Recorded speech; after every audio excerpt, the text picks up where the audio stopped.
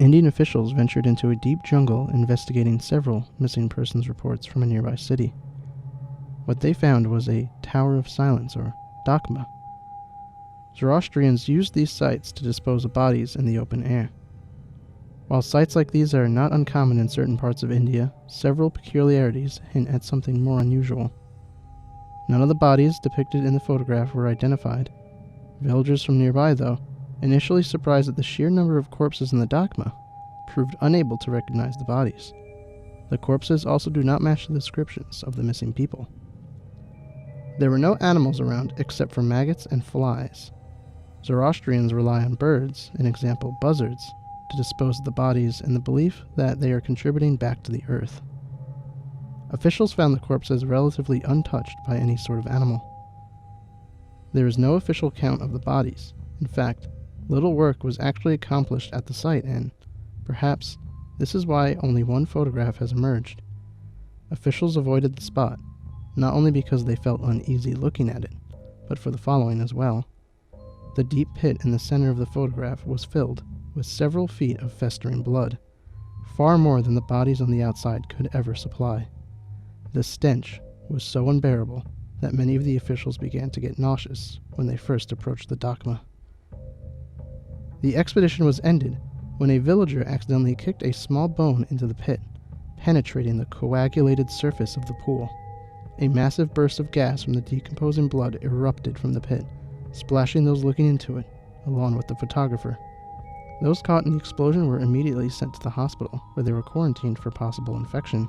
They became delirious with fever, shouting about being tainted with the blood of Ahriman, the personification of evil in Zoroastrianism, despite never having admitted to having any familiarity with the religion. In fact, many of them had no idea what the Dakma was when they had found it. Delirium turned into insanity, as many began to attack hospital staff until they were sedated. The fever eventually killed all of them. When officials returned with hazmat gear the following day, the site was empty. All the bodies had been removed and, astonishingly, the pool of blood in the pit had been drained. All that remained of the incident was this photograph.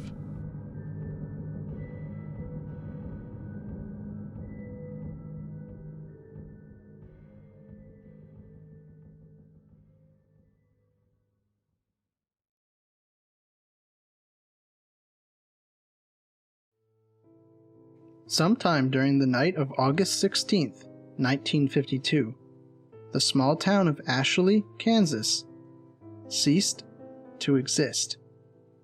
At 3:28 a.m. on August 17th, 1952, a magnitude 7.9 earthquake was measured by the United States Geological Survey. The earthquake itself was felt throughout the state and most of the Midwest. The epicenter was determined to be directly underneath Ashley, Kansas. When state law enforcement arrived at what should have been the outskirts of the farming community, they found a smoldering, burning fissure in the earth measuring 1,000 yards in length and approximately 500 yards in width. The depth of the fissure was never determined. After 12 days, the statewide and local search for the missing 679 residents of Ashley, Kansas was called off by the Kansas state government at 9:15 p.m. on the night of August 29, 1952. All 679 residents were assumed to be dead. At 2:27 a.m. on August 30th, 1952, a magnitude 7.5 earthquake was measured by the United States Geological Survey. The epicenter was situated under what used to be the location of Ashley, Kansas. When law enforcement investigated at 5:32 a.m., they reported that the fissure in the earth had closed.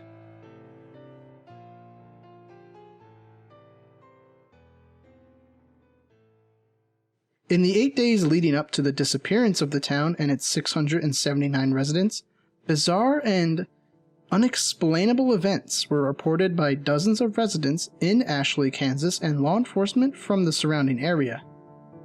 On the evening of August 8, 1952, at 7:13 p.m., a resident by the name of Gabriel Jonathan reported a strange sight in the sky above Ashley. The town itself, having no official branch of law enforcement, called into the police station of the neighboring town of Hayes. Gabriel reported what appeared to be a small, black opening in the sky. Within the next 15 minutes, the Hayes police station became overwhelmed with dozens of phone calls, all reporting the same phenomena. The phenomenon was never reported by any neighboring communities. A decision was made to send a trooper to Ashley to investigate the matter the following morning.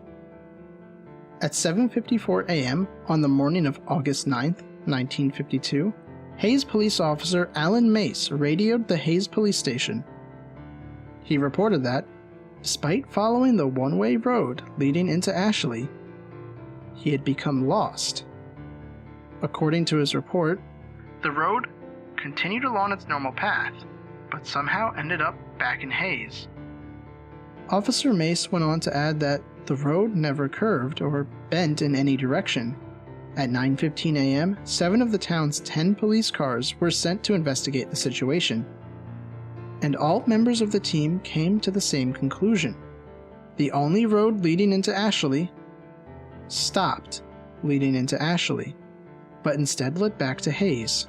Phone calls continued to pour into the Hayes police station, all reporting that the black opening in the sky continued to grow in size. All callers were advised to remain inside and to not travel outside unless absolutely necessary.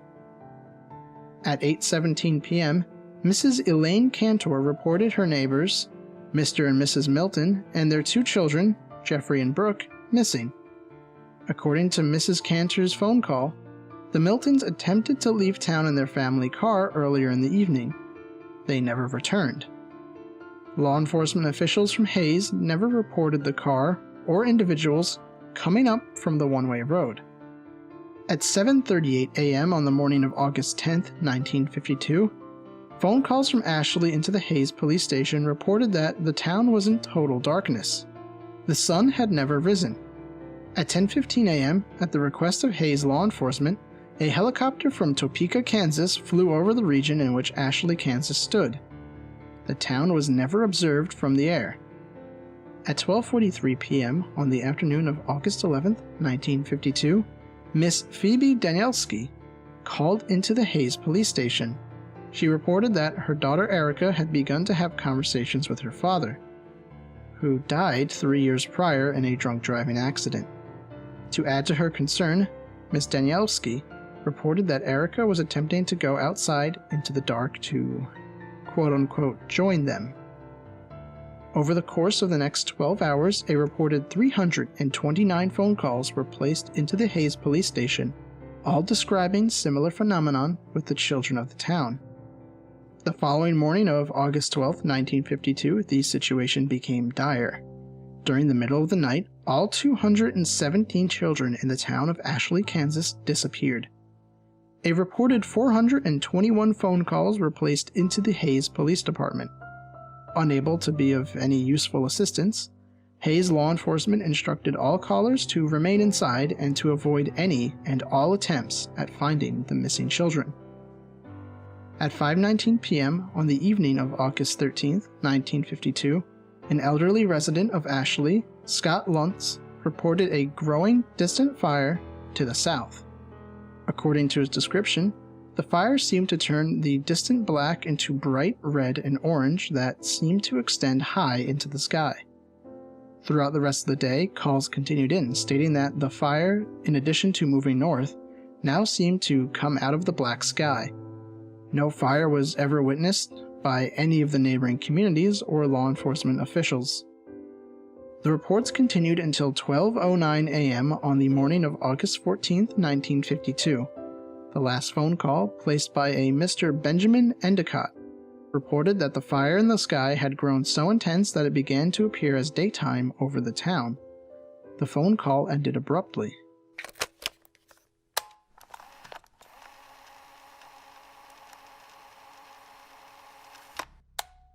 Just hold on. Wait. Yeah, I see something. It's to the south. It looks like...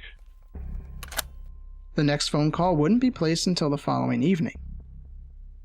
The following is the entire transcript of the final phone call to be received by the Hayes Police Department out of the town of Ashley, Kansas, It was placed at 9:46 p.m. on the evening of August 15th, 1952. In this recorded phone call, the officer on duty is Officer Peter Welsh. The caller has been identified as Miss April Foster.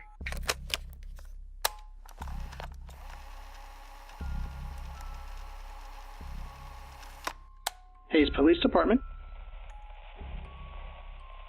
Hello? Yes? Hello? Ma'am, who am I speaking with? My name is April.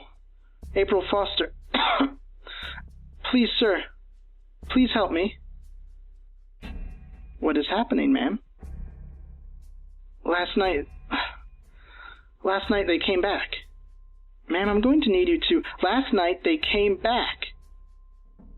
Ma'am, I'm going to need you to calm down and speak clearly. What happened?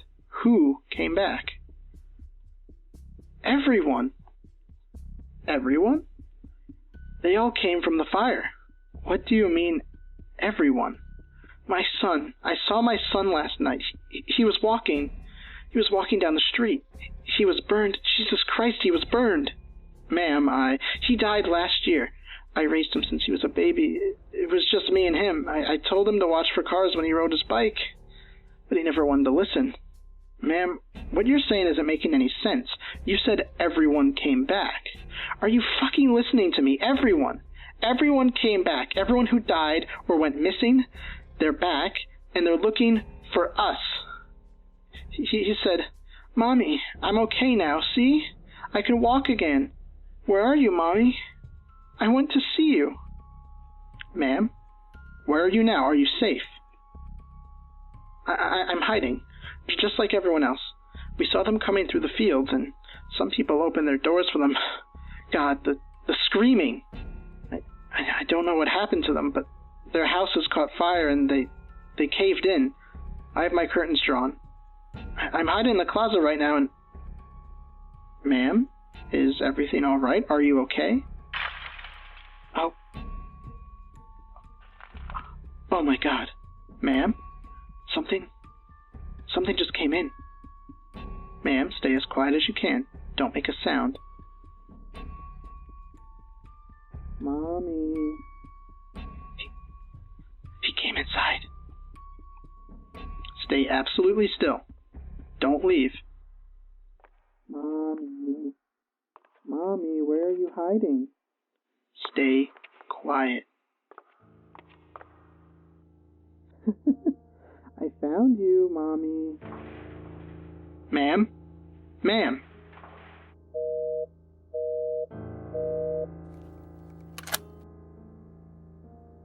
The following morning at 6:55 a.m., the law enforcement officials of the Hayes Police Department arrived at the location of Ashley, Kansas.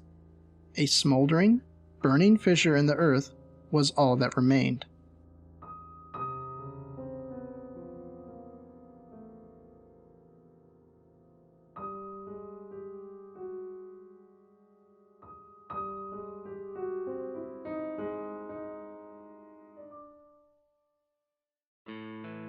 Some people might recall some momentary buzz caused a couple years ago by a particularly odd Morrowind mod. The file name was jvk1166z.esp. It was never posted on any of the larger Elder Scrolls communities, usually just smaller boards and role-playing groups. I know in a few cases, rather than being posted, it was sent via private message or email to a chosen few. It was only up for a few days, to the best of my knowledge. It caused a lot of buzz because it was a virus, or it seemed to be. If you tried to load the game with the mod active, it would hang at the initial load screen for a full hour and then crash the desktop. If you let it get that far, your install of Morrowind, along with any save files you had, would be completely corrupted. Nobody could figure out what the mod was trying to do, since it couldn't be opened in the construction set. Eventually, warnings were distributed not to use it if you found it, and things died down. About a year later, in a mod board I used to frequent, someone popped up with the mod again. He said he was PM'd by a lurker who deleted his account immediately after sending. He also said the person advised him to try playing the mod through DOSBox. For some reason, this worked. Sort of. The game was a bit laggy and you couldn't get into options, load game, the console, or really anything else, other than the game itself. The quick save and quick load hot buttons worked, but that was it. And the quick save file seemed to be just part of the game file, so you couldn't get at it anymore. Some speculated that the changed game used an older graphics renderer, making DOSBox necessary, but it didn't look any different. This part I can speak about from personal experience. When you start a new game in JVK, as the board came to call it, once you left the starting bit in the census office and came to the game proper, the first thing you would notice is the Prophecy Has Been Severed box pops up. This is because every single NPC having to do with the main quest is dead, with the sole exception of Yegrum Bagarn, the last of the Dwemer. Their corpses never despawn, so you can go check on all of them. In effect, you begin in a world that is doomed to start with. The second thing you notice is that you're losing health. It's only a bit, but it keeps happening, a little bit at a time. The longer you stay in one place, the quicker it seems to occur. If you let this health loss kill you, you'll find the cause. A figure we came to call the Assassin, because he seems to wear a retextured version of the Dark Brotherhood armor from Tribunal, even though the expansions don't work in JVK. It's all black, completely untextured, like he's just a hole in space. The way he moves, he gave me quite a start the first time I saw him scuttling around my dead body. He crawls inhumanly on his hands and feet, his arms and legs splayed out like a spider. You'd usually only see him after death, crawling around and over your body just before the reload box popped up. Occasionally you could catch a glimpse of him darting around a corner or crawling on a wall or ceiling. It made the game very difficult to play at night. Other than that, the only noticeable difference is that at night, at random intervals, every NPC in the game will go outside for a few minutes. During this time, the only thing they say when hailed is, "Watch the sky." Once they return to their normal behavior, they act like normal though. After a while, a player on the board discovered a new NPC named Tyrius, a male Dunmer in the temple at Ghostgate. Two things are notable about this NPC. First is his robe, a unique article of clothing that was lovingly rendered with twinkling stars all across it, looking like a torn-off chunk of the night sky. The second is that all of his dialogue, in addition to showing up in the dialogue box, is voiced. You can skip it if you wish, but it all sounds like it's in the default male Dunmer voice. Some people said that they thought the voice was slightly different, but it was a very, very good imitation. I won't go into the details, but the questline he sends you on has to do with a dungeon referred to simply as the Citadel. Up until this point, the quests were all fairly generic to discover the secrets of the Ancients' Ben. The entrance to this dungeon is on a small island far to the west of Morrowind proper. I eventually discovered that if you use the Scroll of Icarian Flight at the westernmost point of the main landmass and jump directly west, you'll end up exactly at the island. Even though the dungeon is called the Citadel, it goes straight down. It dwarfs any other dungeon both in size and difficulty. From a natural cave area you proceed down into the ancestral tomb-looking area, then a Daedric ruin area, and then a Dwemer ruin area. I made it down to the Dwemer ruins before I quit. The creatures here were strong enough that a level 20 character would have to take care, and since you couldn't use the console in JVK, level 20 took a while to get to. Since quick save and quick load are your only options, it's all too easy to get yourself into an impossible situation too. I did, and I just didn't have the energy to start over. Now what I'm telling you is based on what those few who did go further reported. Past the Dwemer ruins, you find yourself in a level like the Dwemer ruins, but darker. Rather than the usual bronze, all surfaces, including those of the creatures, are black. The sounds of machinery are loud here, and grow louder still, randomly. There's also steam or fog everywhere, limiting your vision to about 10 in-game feet or so. If you can make it through all this, you will reach a hall that those who found it called the Portrait Room. Like the fire and torches or other effects from early 3D games, this room has picture frames that always face directly at you, no matter how you look at them. The images in the frames are always randomly chosen images from your My Pictures folder. On the board, those who usually got there had some fun posting screenshots of the portrait room with various pictures in the frame. Usually porn, of course. At the end of the hall was a locked door. After admitting defeat and returning to Tyrius, everyone just found him saying, "Watch the sky," in his gravelly voice. What more, nobody else in the game would say anything. There was just a completely blank dialogue box with no options at all. They wouldn't even rattle off the usual canned audible greetings. The only exception was at night. Whenever they'd go out for a few minutes, they'd still repeat it. "Watch the sky." At this point, one of the players, a friend of mine from the board, noticed, and a few others who got this far agreed, that the night sky was no longer the usual night sky of Tamriel. It had changed to a depiction of a real night sky, and it moved. From this point on, everything is based on what this one person reported. Eventually, he got himself kicked from the board, but I kept in contact with him for as long as he responded. According to him, based on the constellations and the planets, the sky started around February 2005. If you died, loaded, or went back to the Citadel, it would start over. When the usual day sky graphics took over, the movement would be suspended until the stars appeared again. In the space of a single night, everything would move about 2 months' worth. Since the timescale of JVK was more or less that of the standard game, that meant that a bit less than an hour was equal to a 24-hour period. He became convinced that the door would open based on some kind of celestial event. Of course, waiting for that meant leaving the game running. Of course, that meant that the game could not be left unattended, thanks to our old friend, the Assassin. My friend decided he'd hang out for a whole day just to see if anything happened. That would be about a year's worth of movement. Here's the post he made at the end of his experiment. "I loaded in at Seda Need, where it all starts.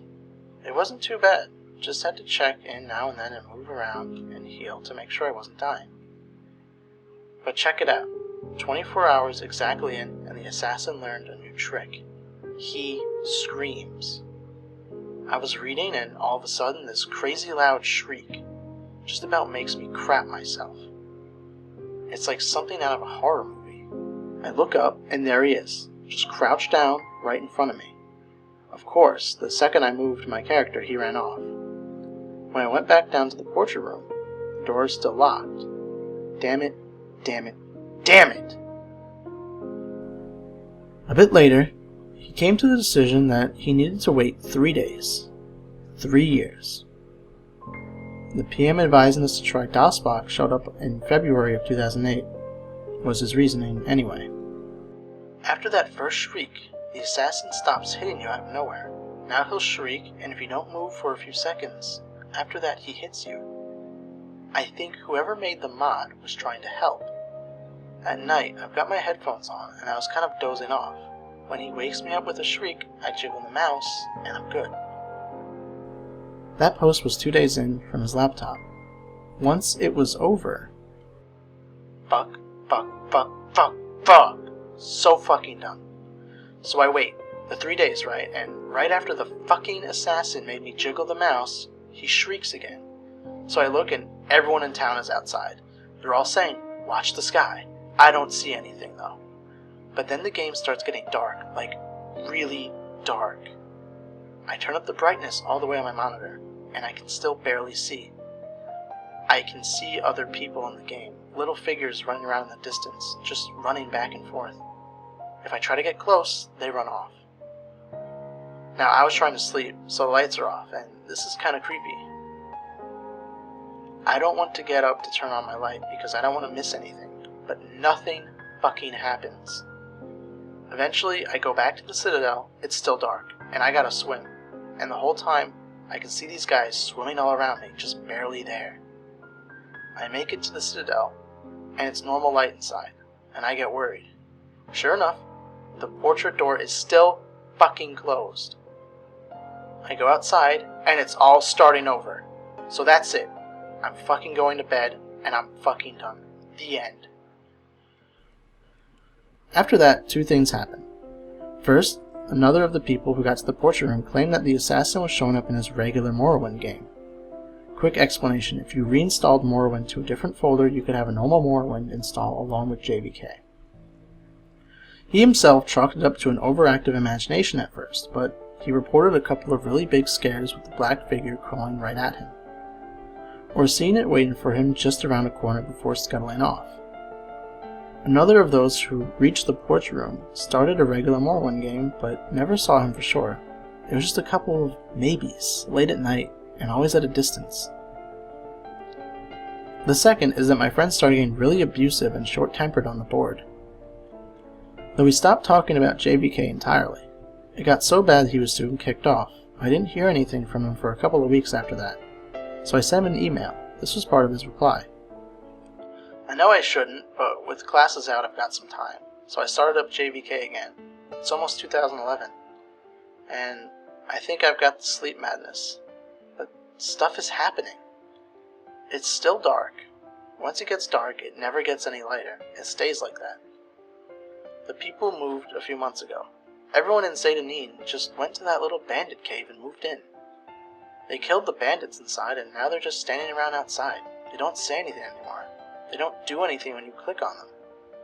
I quick-saved and killed one, and he just stood there until he died without fighting back. It's like that everywhere. We have to walk, since the quick travel people are all in the caves now too. But all the cities and towns are just deserted. All the people are in caves and tombs. Everyone in Vivek is down in the sewers. I'm going to Ghostgate next. I want to see if Terius is still there. I'll tell you what he says when I get there. I replied to him and said I wanted to see what he said too. I waited a day. When I didn't get a reply, I mailed him again. And a couple of hours later, he sent back. Sorry, I totally forgot. So it's 2014 now. Since it's always night, the stars are always moving. The whole screen is dark, but you can still see the brightest stars moving around. Terius was gone. Everyone in Ghostgate was gone. I don't know where they went. They're not in any of the nearby caves, but there's new stuff. People still don't say anything. But their eyes are bleeding. It's so dark that even with a light spell, you have to get right up against them to see. But there they are, little dark streaks coming down from their eyes. I think I gotta be getting close. I know this is stupid and there's no way the payoff is gonna be worth it, but I just want to be able to say I stuck it out. I got that one during the day. Later that night, I got a follow-up email. Some of the planets aren't moving right. It's pissing me off. If this keeps up, I won't be able to keep track anymore. It's almost 2015 now, I think. Fuck. You know, I just noticed that there aren't any monsters anymore either. I'm completely alone outside now. The main quest people's bodies are still lying around though. I went to check on them. I don't need headphones anymore, so I just leave them off. When he shrieks, it's like he's screaming right into my ear. I think I kind of anticipate it. He's around a lot more now. A lot closer. He's different from the other people who started showing up, remember? They keep running around, just where I can barely see them. I have to admit, it's kind of creepy at night. Sometimes when I go to the bathroom or whatever, I swear I can see them out of the corner of my eye. I'm keeping all the lights on now. I sent him a letter, jokingly telling him to get some real sleep, and left it at that. 2 mornings later, I found this in my email. It was the last thing I ever got from him. After this, he just stopped responding completely. I just got up from a fucked up dream, I think. The assassin shrieked at me, and when I opened my eyes, he was right there, crouching over me. His arms and legs were longer, more like a spider's. I tried to push him away, but when I touched him, my hands just went inside and I couldn't get them loose again. Like he was made of tar or something. Then I woke up, I thought. He was gone, but when I looked at the monitor, I wasn't where I was. I was in the Corpusarium with Yegrum. For once, the light was okay, and I could see him all bloated on those mechanical spider legs. I sat down at the computer and he started talking to me. Not in a box, but really talking to me, in Tyrus's voice. He knew things about me. He told me things that I never told anyone. Some things I totally forgot about. He told me that almost nobody has made it this far, and that the door would open up soon. I just had to hang on a little while longer. He said I'd know when it was time. He said I might be the first one to actually see what was inside. And then I woke up for real, but I was at the computer. I still wasn't where I was. I was swimming out to the Citadel Island, and I can hear this tapping. It's at my window. It's over on the left, so I'm sending you this, because I left my laptop by my bed. To the right. Just a little tap, tap, tap, tap, like he's knocking his finger against the glass. I might still be dreaming now. So, I guess that's the end of the story. I know there are a few other stories floating around about the mod, but this is the only one I know as true, as far as it goes. I deleted my JVK copy of the game pretty much right after I gave up, but I'd like to get the mod again, if anyone still has a copy of the file. I'd like to see some of this for myself.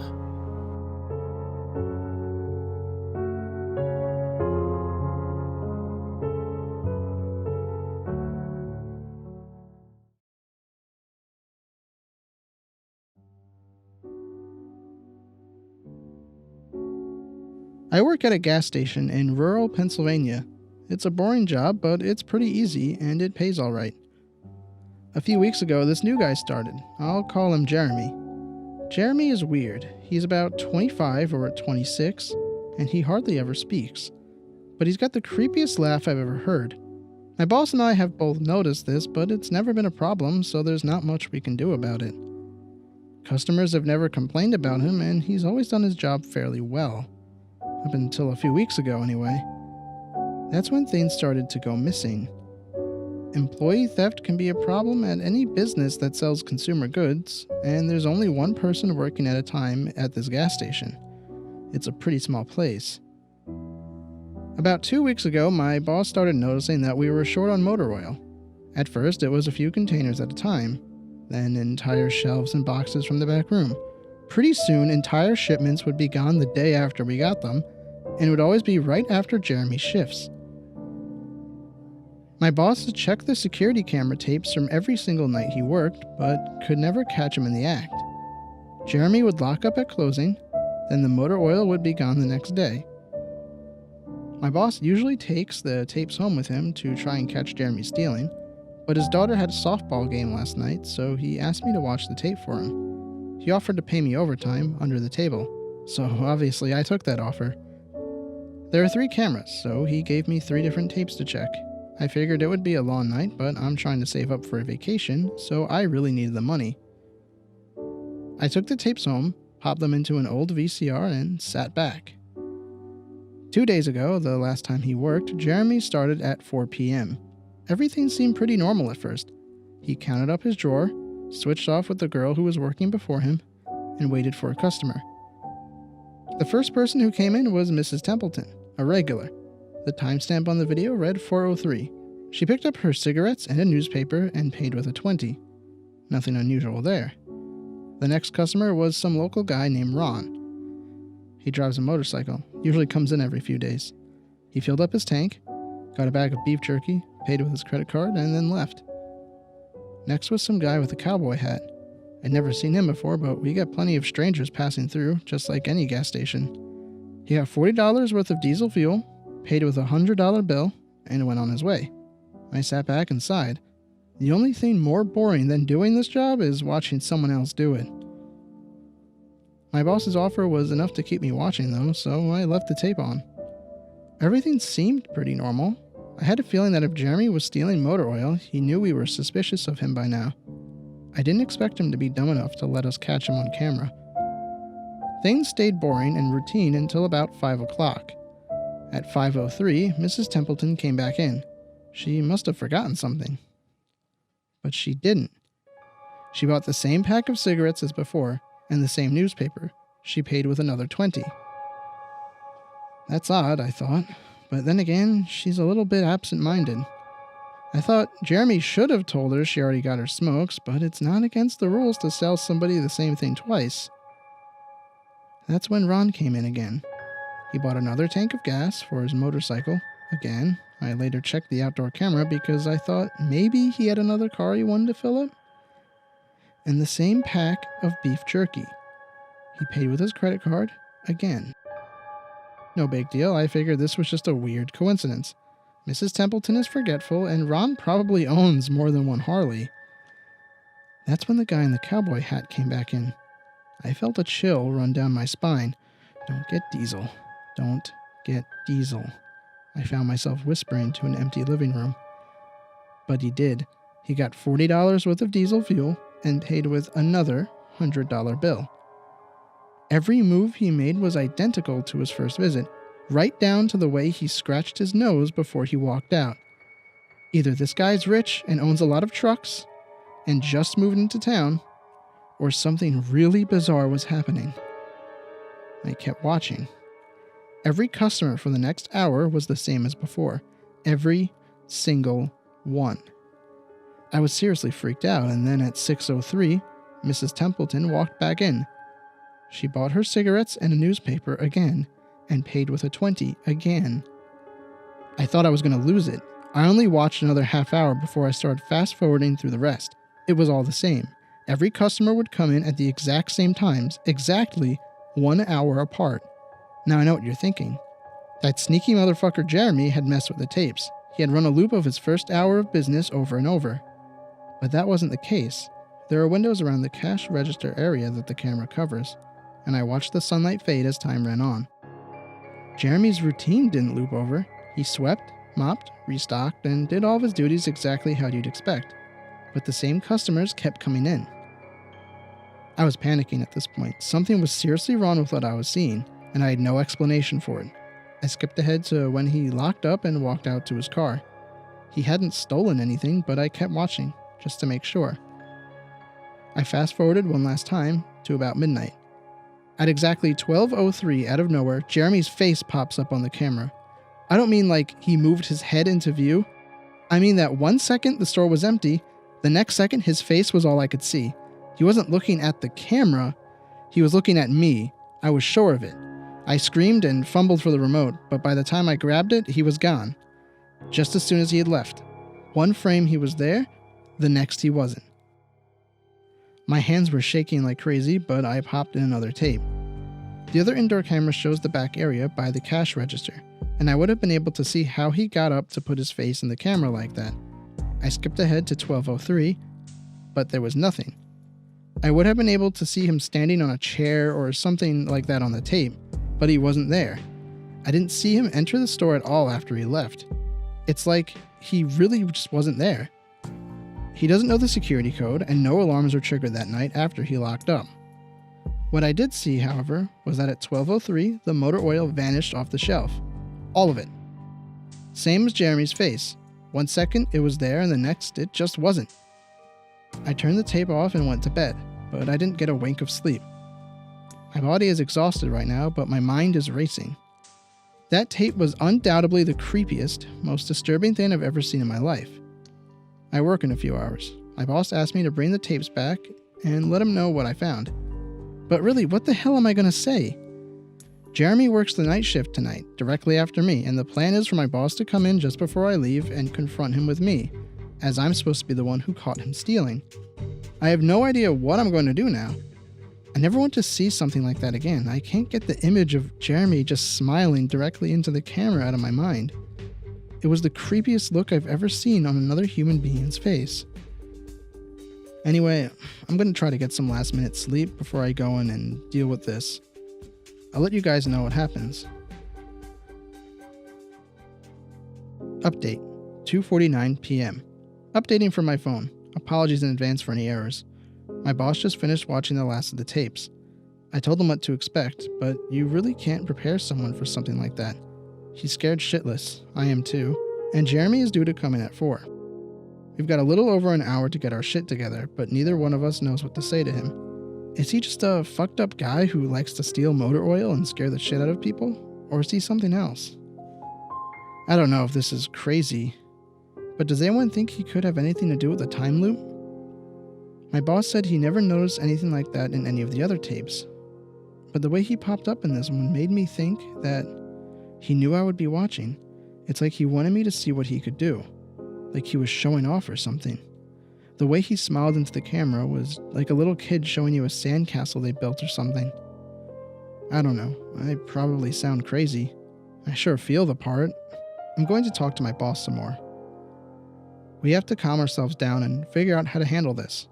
I'll update again tonight, but I have a really bad feeling about how this is going to play out. Update, 4:33 p.m. No sign of Jeremy. Tried calling him, but his phone has been disconnected. We're calling the police. Update, 5:33 p.m. No sign of Jeremy. Tried calling him, but his phone has been disconnected. We're calling the police. Update, 6:33 p.m. No sign of Jeremy. Tried calling him, but his phone has been disconnected. We're calling the police. Update, 7:33 p.m. No sign of Jeremy. Tried calling him, but his phone has been disconnected. We're calling the police. Update, 8:33 p.m. No sign of Jeremy. Tried calling him, but his phone has been disconnected. We're calling the police. Update, 10:58 p.m. Holy shit, holy shit, holy shit, holy shit. I just got home and saw my previous updates. Things make less sense now than ever. Here's what I can tell you. I went to work. Jeremy never showed up. My boss and I decided to call the police, as you're well aware. When I picked up the phone to call, though, the sun went out. I shit you not, that's what I thought happened. Apparently I blacked out for exactly 5 hours, because when I looked up at the clock, it was 9:33. I think I got stuck in Jeremy's time loop, and then I snapped out of it at the exact point I blacked out. If that makes any sense. But that's when things get really weird. My boss was right next to me when I blacked out, ready to corroborate my story to the cops. When I came to, the phone was in my hand, but it was dead. Not even a dial tone. My boss was still right there, but he wasn't moving. He was standing up, but frozen. I looked at the clock again, and it wasn't moving. The second hand was stuck on the 12. It was 9:33 exactly. The clock on the register, the computer screen, wasn't moving either. My phone was frozen. There was even a customer at the register waiting for my boss to get him cigarettes. I'm betting that would have been his 5th pack of the day. I got the fuck out of there. Didn't lock up, didn't turn the lights out, and sorry guys, I didn't grab the security tapes to upload to the internet. Believe me, that was the last thing on my mind. The gas station is on a major highway and cars were parked all along it. Except they weren't parked, they were frozen. The people inside were sitting still as wax statues. I got in my car and prayed that it would start. Thankfully it did. About halfway home, time started up again. The static from the radio turned into music, like it was supposed to be. And from what I could tell by listening to the host talk in between songs, no one noticed the time freeze or whatever it was. I was the only one. Well, I'm sure Jeremy noticed as well. I still have no clue where he is or what he's doing. I'm hiding in my room and I'm calling the police again in the morning. I don't know if I ever got through to them before, or if I did, whether they took me seriously. I'm scared for my life at this point. I'll update tomorrow if I can. Final update, 10:33 a.m. I finally fell asleep last night around 4. I have no idea how I did it. I guess exhaustion just finally got the best of me. This morning I woke up to my phone ringing. It was my boss. He'd been calling me since about 6. He woke up when time turned back on last night and immediately called the cops. They came by to see what was going on and he told them everything. The police around here are small-time guys. They were more concerned with the missing motor oil than anything. But my boss figured he would take it as long as he had their attention. They decided to go looking for Jeremy. We keep all of our employees' applications on file, and since Jeremy had just started working here, he was pretty easy to find. They checked the address on it and headed over to his house. And you're not going to believe what they found. The address Jeremy had listed on his application was an empty lot, or at least now it is. There used to be a house there, but it burned down in 1993. Being a small town, almost everyone remembers that fire. A family of 4 used to live there way back when. Rumor has it that they had an estranged son who they never really talked about, but I can't say for sure if that's true. What I can say is true is that after an insurance investigation, the fire was ruled an arson. The entire house was soaked in oil and torched with a Molotov cocktail. The entire family was sleeping when it happened. None of them survived. They never caught the guy who did it. Rumor has it that when they tried to contact the estranged son, no one could find him. Anyway, my boss called me and he told me this, and I freaked out. Then he asked me to come down to the gas station. "What, are you crazy?" I said. But he assured me that the cops were there with him. Then he dropped a bomb. The FBI were also in town, and they were going to talk to me one way or another, so I might as well come in. It was about 7:15 and I wanted to go back to bed, but I figured I wouldn't be able to sleep much more anyway, so I went down. 4 men in suits greeted me and told me to have a seat. We went over everything 2 or 3 times until they got the details down. I told them about Jeremy, the security tape, last night at work, everything. Finally, after I finished, one of the agents said, "Oh Christ, we've got another one on our hands." Then he made me sign a bunch of papers saying I wouldn't tell anyone about what happened, so I can't say much more. I might be breaking the law just by posting this. So now I'm home and I'm not sure what to do with myself. The agent's words when I told him the story are going to haunt me for the rest of my life. Anyway, I've got to go. I have some errands to run today, and then I've got to go into work to pick up some tapes. My boss and I think this new guy Jeremy, who's a total creep, is stealing motor oil, and I have to watch the security footage to see if I can catch him doing it. I have better things to do, but my boss is paying me overtime under the table, and I'm trying to save up for a vacation, so I could really use the money. It should be pretty simple. The oil always goes missing right after his shifts. I figure I'll just watch the tapes, catch him in the act, and that'll be that.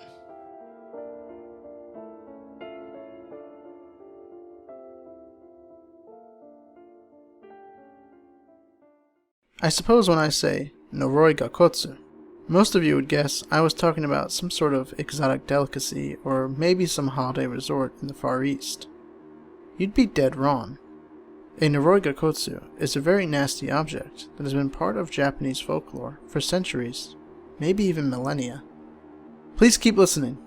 I know that folklore, especially folklore from a completely foreign culture, bores a lot of people to snores. I can assure you I'm no fan either, but please believe me when I say that it is essential that you listen to this and understand what Noroi Gakotsu are and how they work.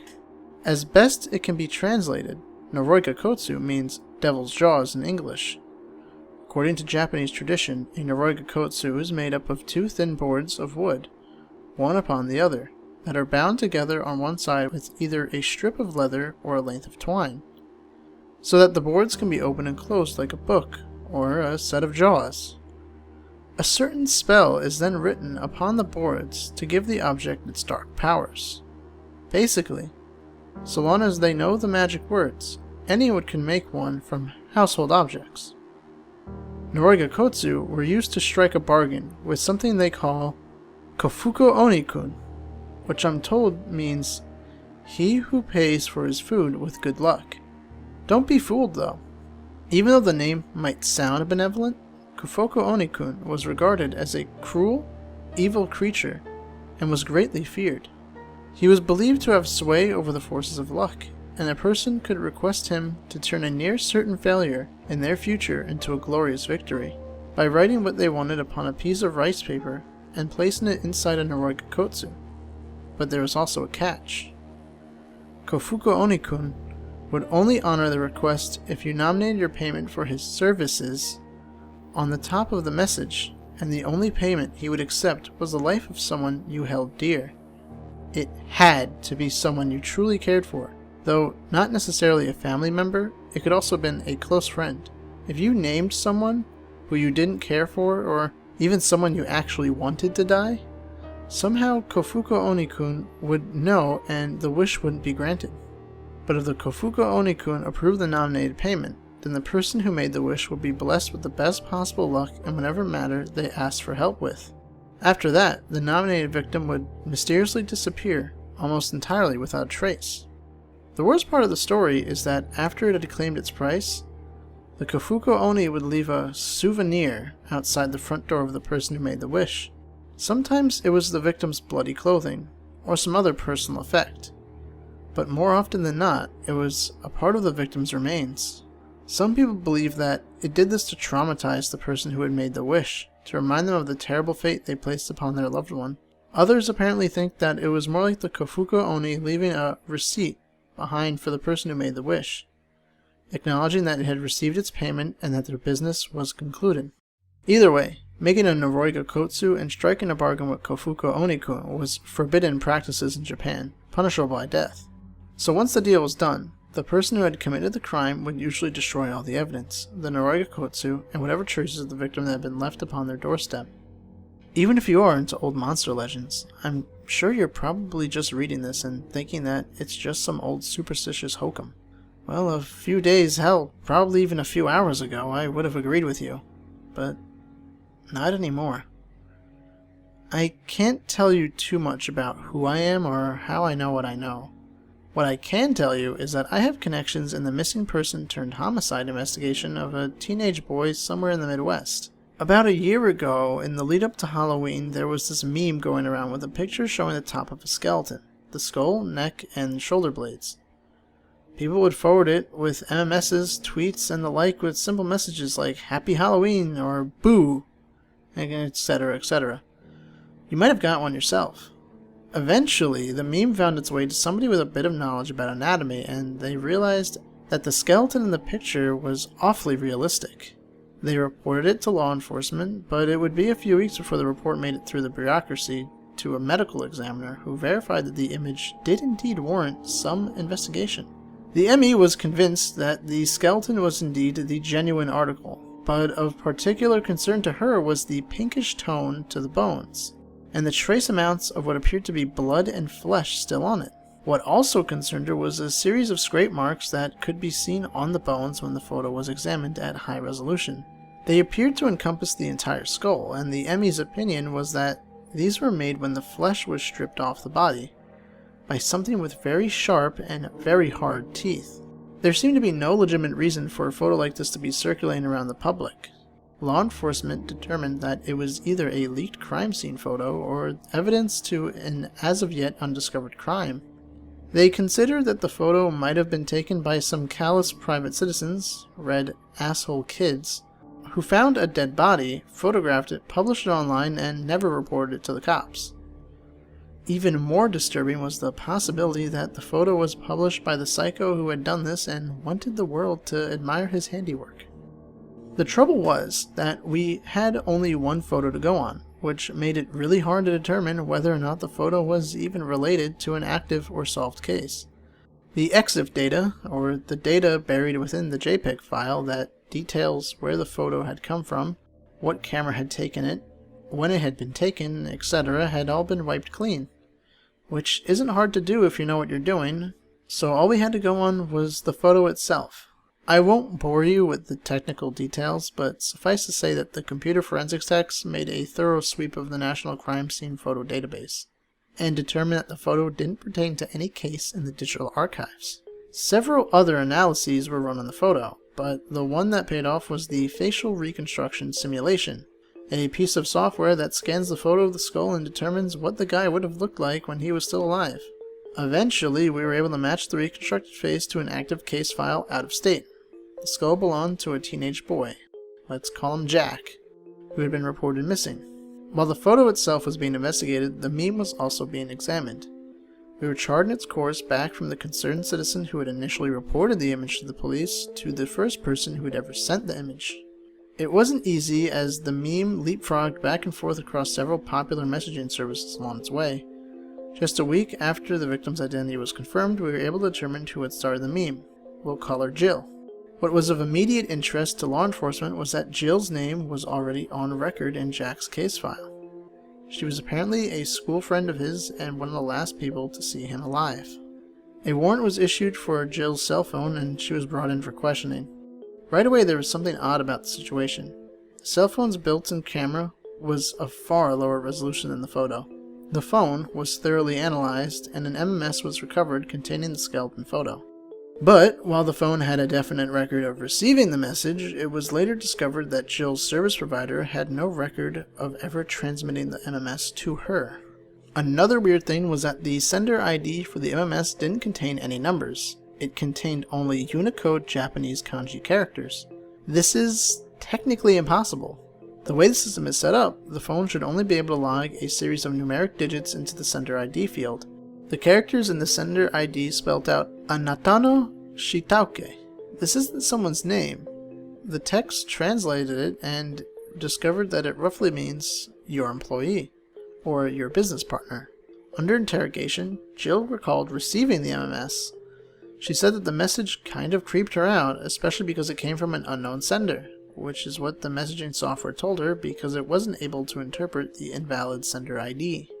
But because it was close to Halloween, she assumed that one of her friends sent it as a seasonal thing, and she forwarded the cool, creepy photo on, starting the meme. According to the MMS's timestamp, she received it only a few hours after Jack was last seen. But Jill claims she never linked the message to Jack's disappearance in her mind because at the time she received the MMS, she didn't even know Jack was missing. The detectives grilled Jill for over 3 hours, but when she began to get really upset, her father ended the interview and, without harder evidence, the detectives could not hold her. The tech who analyzed the phone, well, let's just say that he's very thorough at his job, and he didn't give up on the mystery of how the phone could have received an impossible MMS that its service provider had no record of ever sending. He dug deep into its software, looking for an explanation. Eventually, he came upon a curious anomaly embedded in the phone's firmware. More Unicode Japanese characters, this time a long block of them. The firmware is supposed to just be universal machine code that tells the phone how to work. Japanese text, or text in any human language for that matter, doesn't belong in there. But as intriguing as the discovery was, it still didn't explain the impossible MMS. At least, that's what we thought at the time.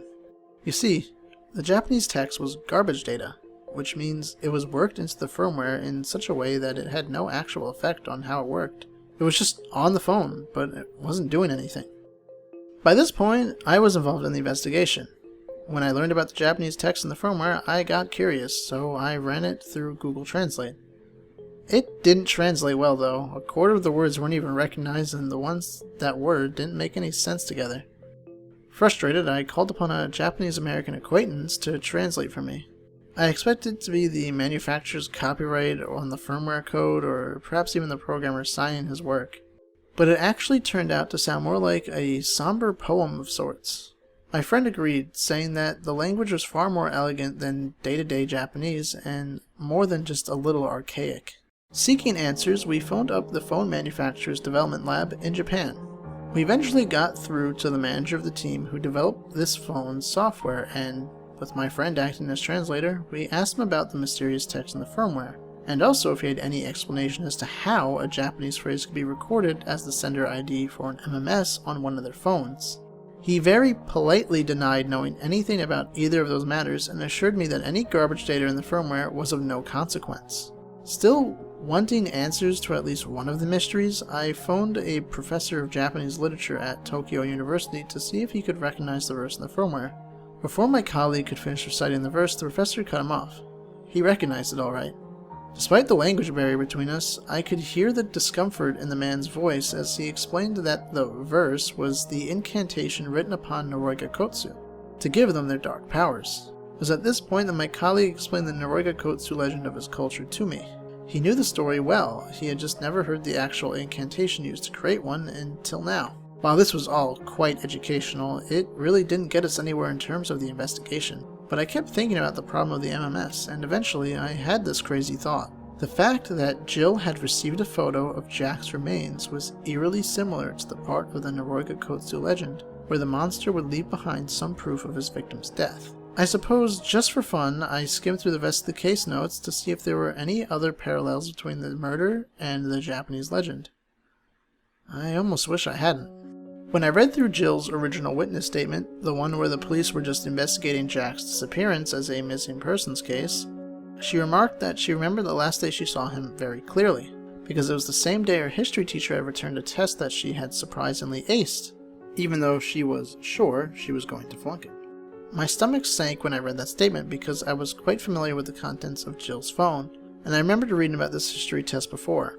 About 3 days before Jack's disappearance, Jill had typed a text message into her phone, "I need to pass this history test."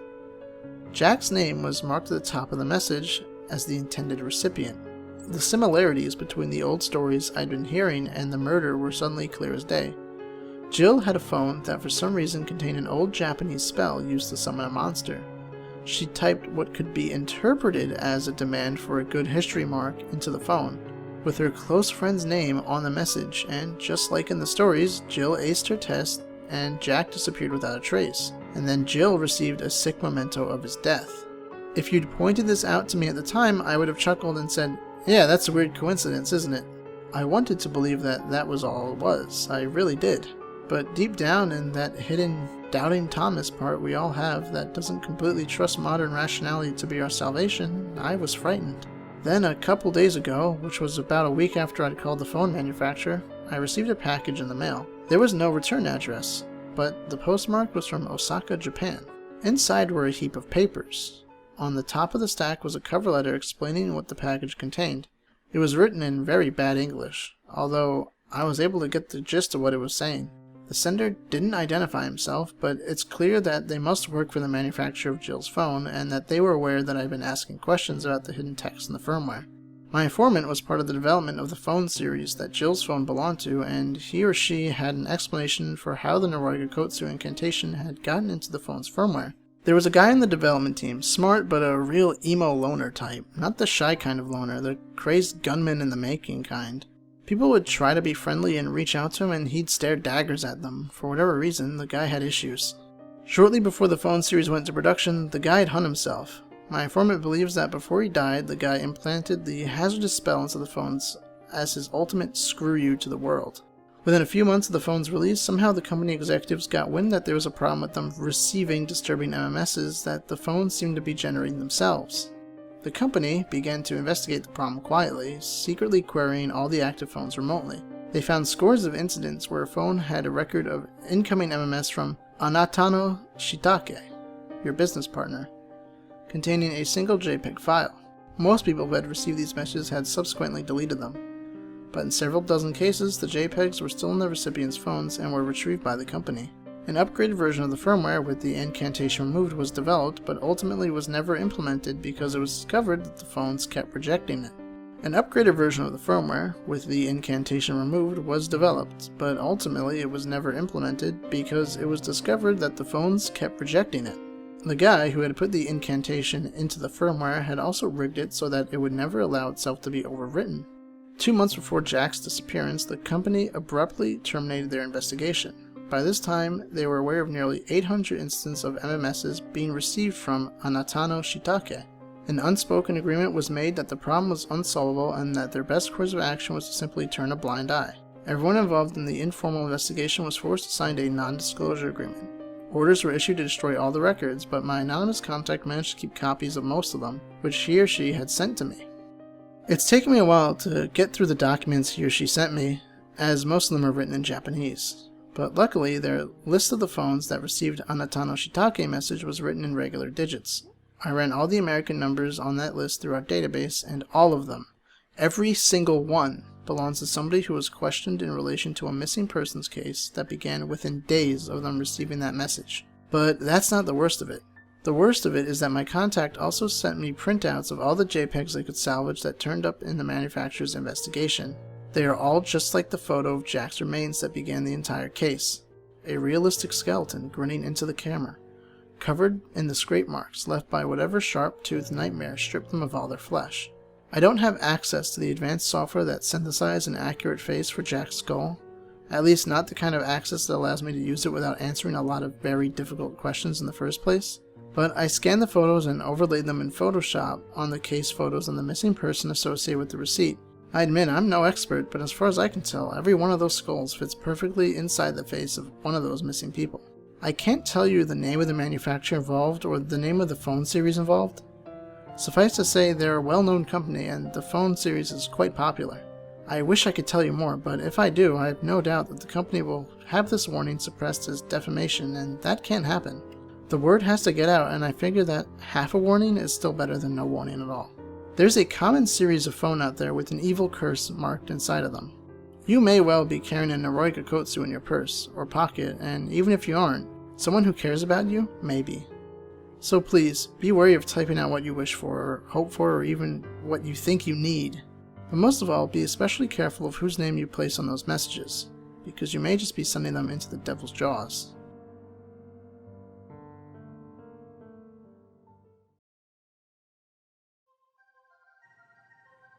Misfortune is an obscure game for the original Game Boy. Since no known hard copies or ROMs exist, all information about the game is derived from personal accounts and a scant assemblage of screenshots. The game does not contain any credits, and whoever created it is still unknown to this day. The few people who have experienced it consider it to be one of the scariest video games ever made. Given its age and cult following among rare horror game enthusiasts, it's entirely possible that authors of widely known creepypastas such as Sonic.exe and Lavender Town Syndrome drew inspiration from Misfortune. The player controls what appears to be a young boy in a strange Gothic building. After brief exploring, the player is confronted by a malevolent being.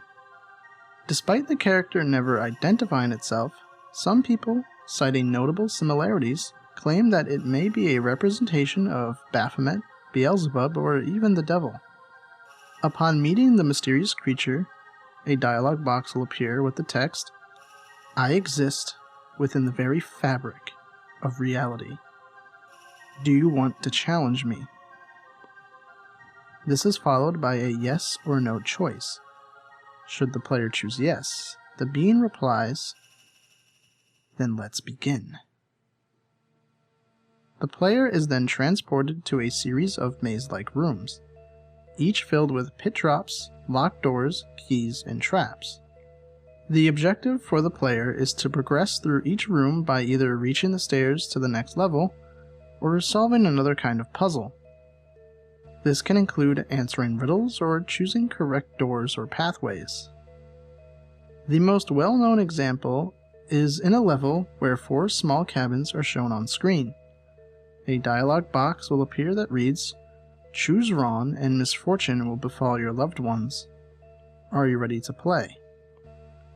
Should the player ever make a mistake throughout the game, the screen will cut to black before showing a more detailed image of the demon, along with a dialogue box reading, "I am God here," in what appears to be blood-styled writing. Rumors pertaining to the game's alleged harmful effects began to surface on the internet around the late 1990s. Players claim to have begun experiencing ongoing depression and dread shortly after losing and seeing the game over screen. Once prominent members of online forums who told such claims are thought to have died or disappeared when they suddenly became inactive without warning. Heated discussions soon dominated these forums for some time, but the mystery never seemed to be getting any closer to being solved. Some wrote the whole thing off as a tasteless practical joke. Others believed that viewing the image of the evil character after losing the game can really cause the player to experience misfortune as the game's antagonist promised. Soon, people began to speculate that the eerie soundtrack of the game was the cause. The music in the game consisted of deep, buzzy tones and off-key melodies. The game had a remarkably unsettling soundtrack despite composition being limited to the 8-bit Game Boy sound bank. The game over screen had especially erratic, almost nauseating music with a very high frequency that accompanied it. Rumor has it that this very track could somehow influence moods and thought patterns. Of all the tracks in the game, only the theme that plays when first meeting the demonic entity can be found on the internet today. Searching for playable ROMs or cartridges online is futile because none exist. In fact, most of those who have played it directly hadn't sought out looking for it, but rather stumbled upon it by accident. According to a first-hand account, certain copies of various Game Boy titles contain Misfortune in its entirety. The means for accessing it through these games vary, but typically involve exploiting glitches or using cheating devices. Although some had detailed what they had done to trigger Misfortune to start, attempts by others using these same methods had always failed. Another common observation was that many of the sprites in Misfortune had been copied from its quote-unquote host games.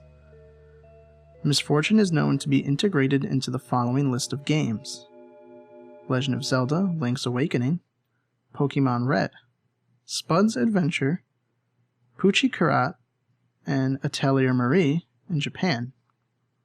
For this section, I'm going to be speaking to you a lot less impartially and a lot more personally. Now, is the game really cursed? Does a specter really bide within and snare the innocent in its deadly game? Who knows? What I do know is that the game definitely exists. I also know what it can do. I've never played the game myself, you see, but I knew someone who did. A good friend of mine, actually. We were closer than brothers, and we told each other everything. He was the most enthusiastic, outgoing guy I ever met, and like me, he was really into video games. Sure enough, one day he told me that he found a spooky new side game hidden in Pokemon. He showed it to me, and even back then it gave me an odd feeling. Though, to be fair, I was always easily scared. Soon after, he started talking less and less. Later, he'd either ignore my calls or tell me he was sick or busy when I invited him out. He became something of a recluse. I did still sometimes get to see him at high school, but he rarely spoke and snapped at me when I pried too much over why he was acting that way. About a month later, before he got off the train after school, he said goodbye for the first time in weeks. I'll never forget the look he gave me that day. He was the macho, nothing gets to me type of guy, and he always masked his emotion really well. But now he had a face filled with grief, like he was about to cry. He made me promise him one thing before he left, that I never play that game. That was the last time we ever spoke. The next morning, they found his scratched and bloodied corpse hanging from his disassembled weight machine. The police concluded that he managed to lift 220 pounds of weights over his head with the cord still attached, looped it around his neck, and released it over the other side of the machine, causing his strangulation as the weight on the other side yanked him upwards. The most horrible detail was that he was found with his hands clutching the inside of a makeshift noose, as if he were trying to tug it loose. That was it. The case was closed. Personally, I don't believe that's what happened. If you're a collector or perhaps just heard the legend and want to experience the game for yourself, you should reconsider.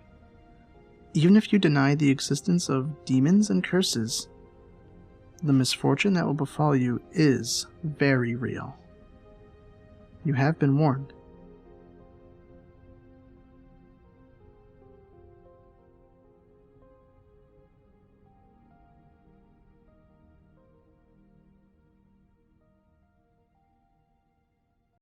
Arnold wept as he ran.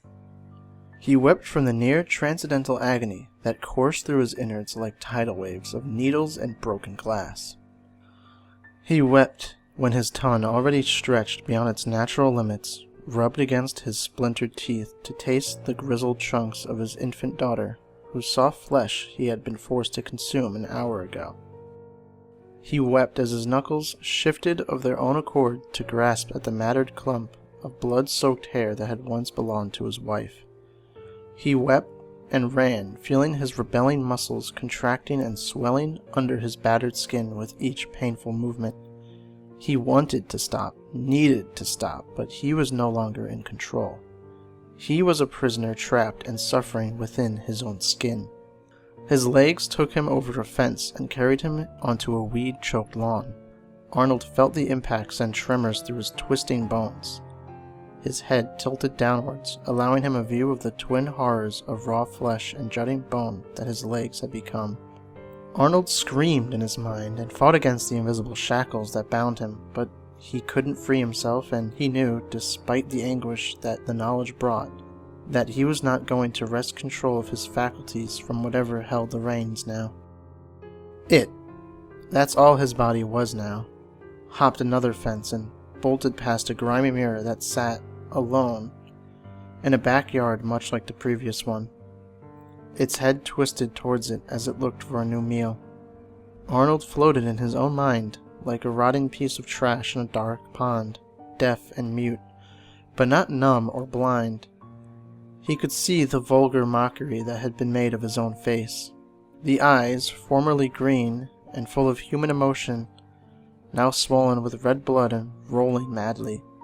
The lips which he had kissed his wife with, now strips of pink meat dangling before a dribbling maw full of teeth, like wood splinters set in gums slathered in enamel and the blood from his own family. He couldn't close his eyes, and the moment in which he saw that obscene thing seemed to stretch on into an infinity. Then the moment finally ended, and Arnold floated down into the depths of his own memories. He first remembered all of the happy moments that he had shared with his wife and daughter, even if the former moments had been longer than the latter.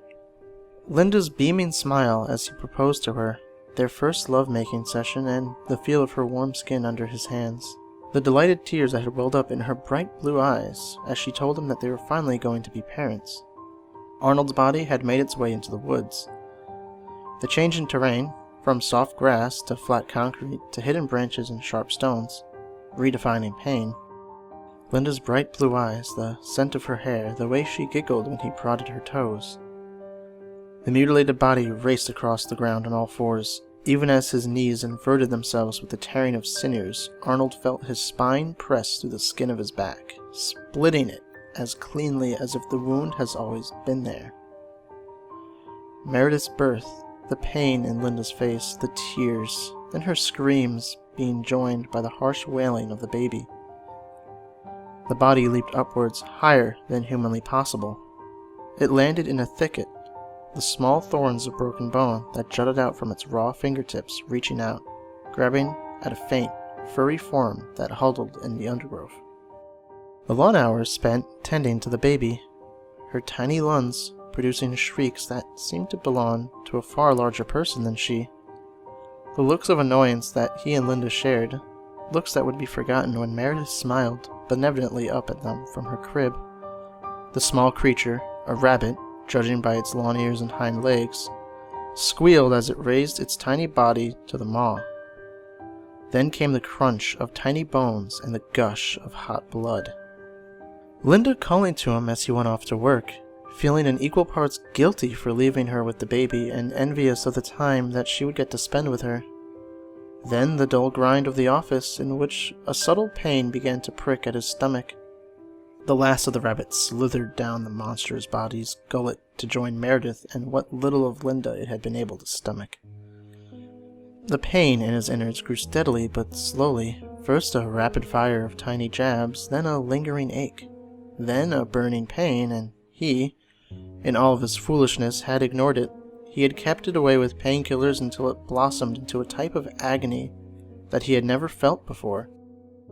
Arnold's body, now flayed by and impaled on thistles and splattered with even more blood, scuttled deeper into the woods, treading shards of broken bottles and old shell casings. Arnold briefly caught a glimpse of a dented truck with muddy wheels.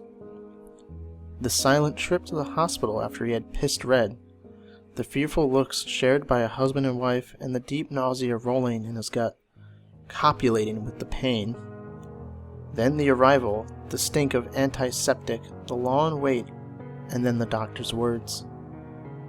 Arnold watched from inside of the tomb that his body had become as its fingers wrapped around the throat of the hunter, pressing the tiny spears of bone into the meat of his neck and pulling the flesh apart with savage slowness. Those words, spoken by a man who had said the same words 1,000 times before. "I'm sorry, but we discovered several tumors in your stomach and kidneys, and we believe them to be malignant." The hunter tried to struggle, tried to fire his gun, and Arnold silently prayed that he would be able to pull the trigger, to end the nightmare that was his existence. But his own body proved stronger, and it pulled the poor man's throat open, tearing apart cardoid and jugular, and laying the spine bare. Arnold screamed within the blackness of his mind and wished for it all to end. Linda's hand had gone to his when the news was broken, but either her skin was hot or his was cold. He felt a buzzing in his ears and his eyes grew watery as the realization washed over him.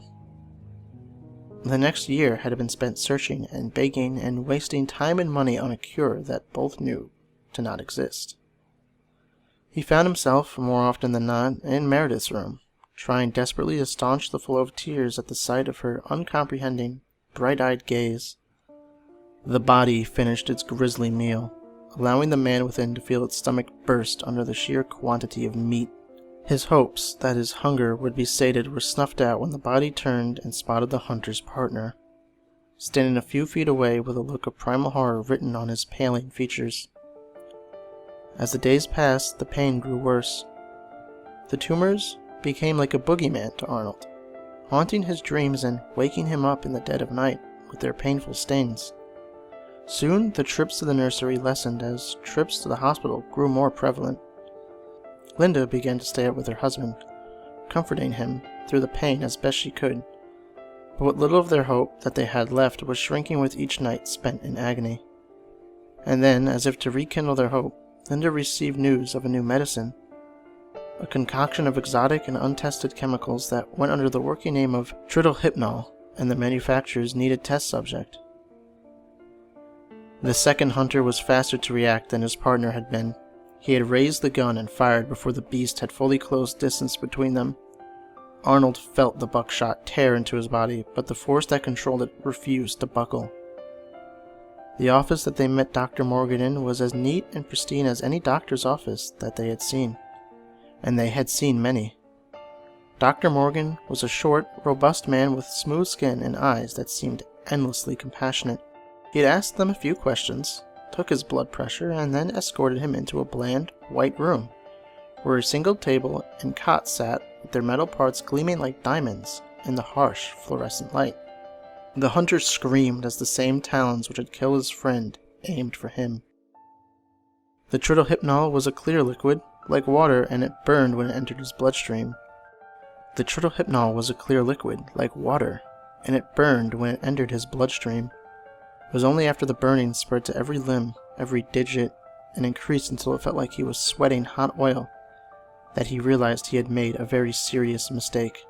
It had taken a few hours to become truly painful, and the two had returned home in that time. Looking back on it, Arnold wondered if things could have been different if he had been somewhere else. Anywhere else.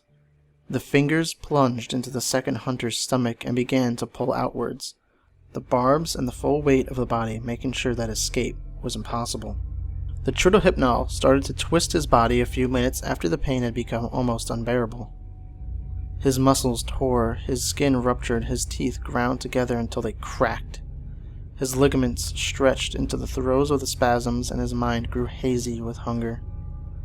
The body limped away from its latest kill, gazing out at the world with Arnold's eyes, looking for new meat. Arnold felt the body's hunger roll through his imprisoned mind like thunder, but he didn't care. He had found an exit, a way to block out the horror of what had happened to him. He turned his attention away from the present and plunged headfirst into the sea of the past, knowing that he had a lifetime of memories to return to. And if they ended before the body gave out, he would just start all over again.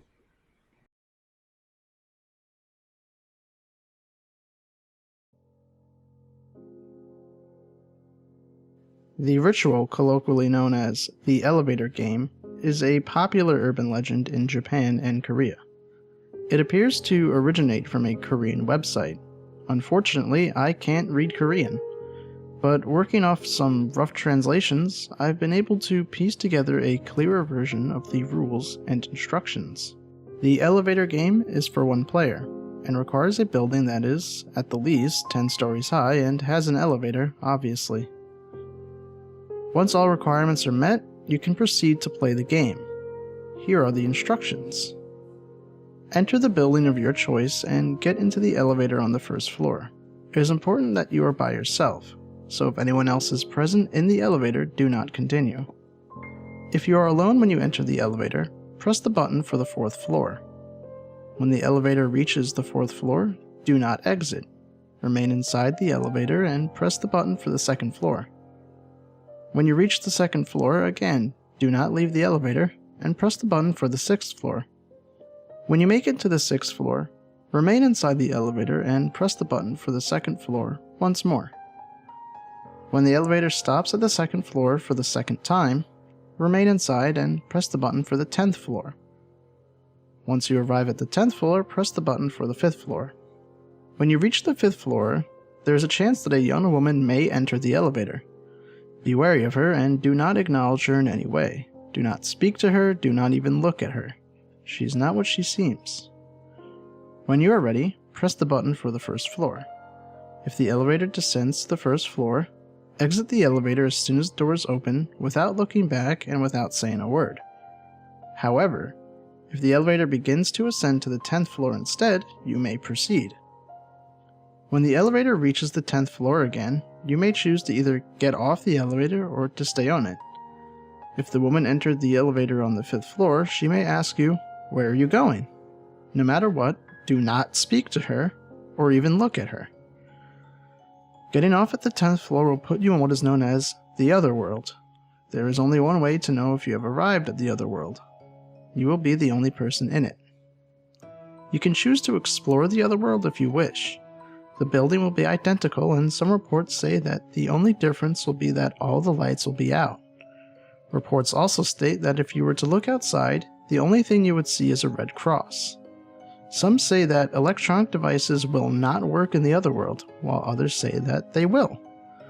In order to travel back, you must use the same elevator you came in on. This can be tricky, as you may be confused when you enter the other world, or you may forget which elevator you originally used if you stray too far.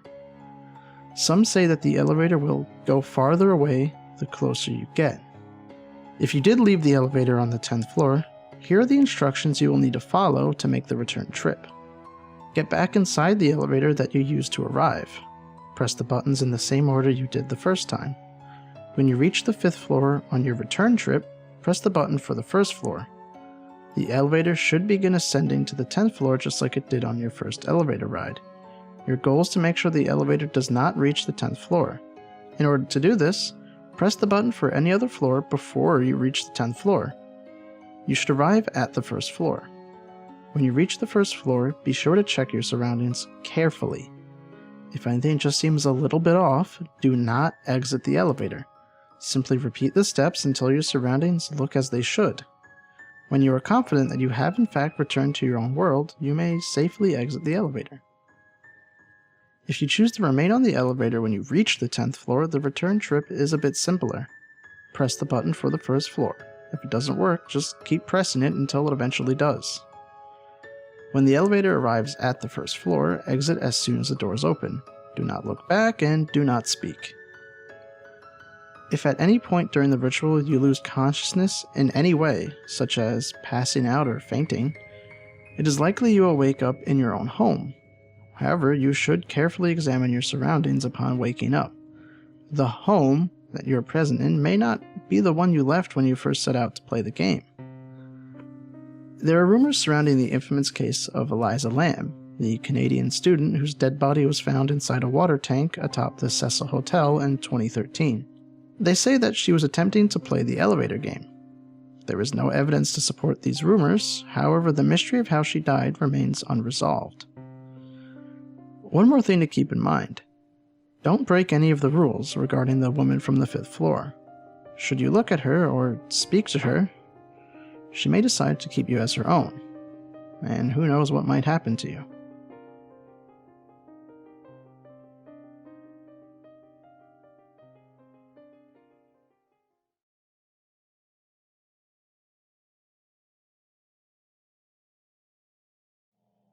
Gateway of the Mind is a well-known creepypasta.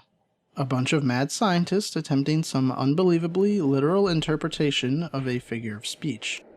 This experiment was performed promptly after World War II ended, and seems to fit in with a long line of strange experiments performed by the Nazis during and/or post-war. The Nazi reign was famous for its backdoor scientists and occult researchers. Special expeditionary divisions of the Reich were often sent out in search of artifacts or locations of occult or religious significance.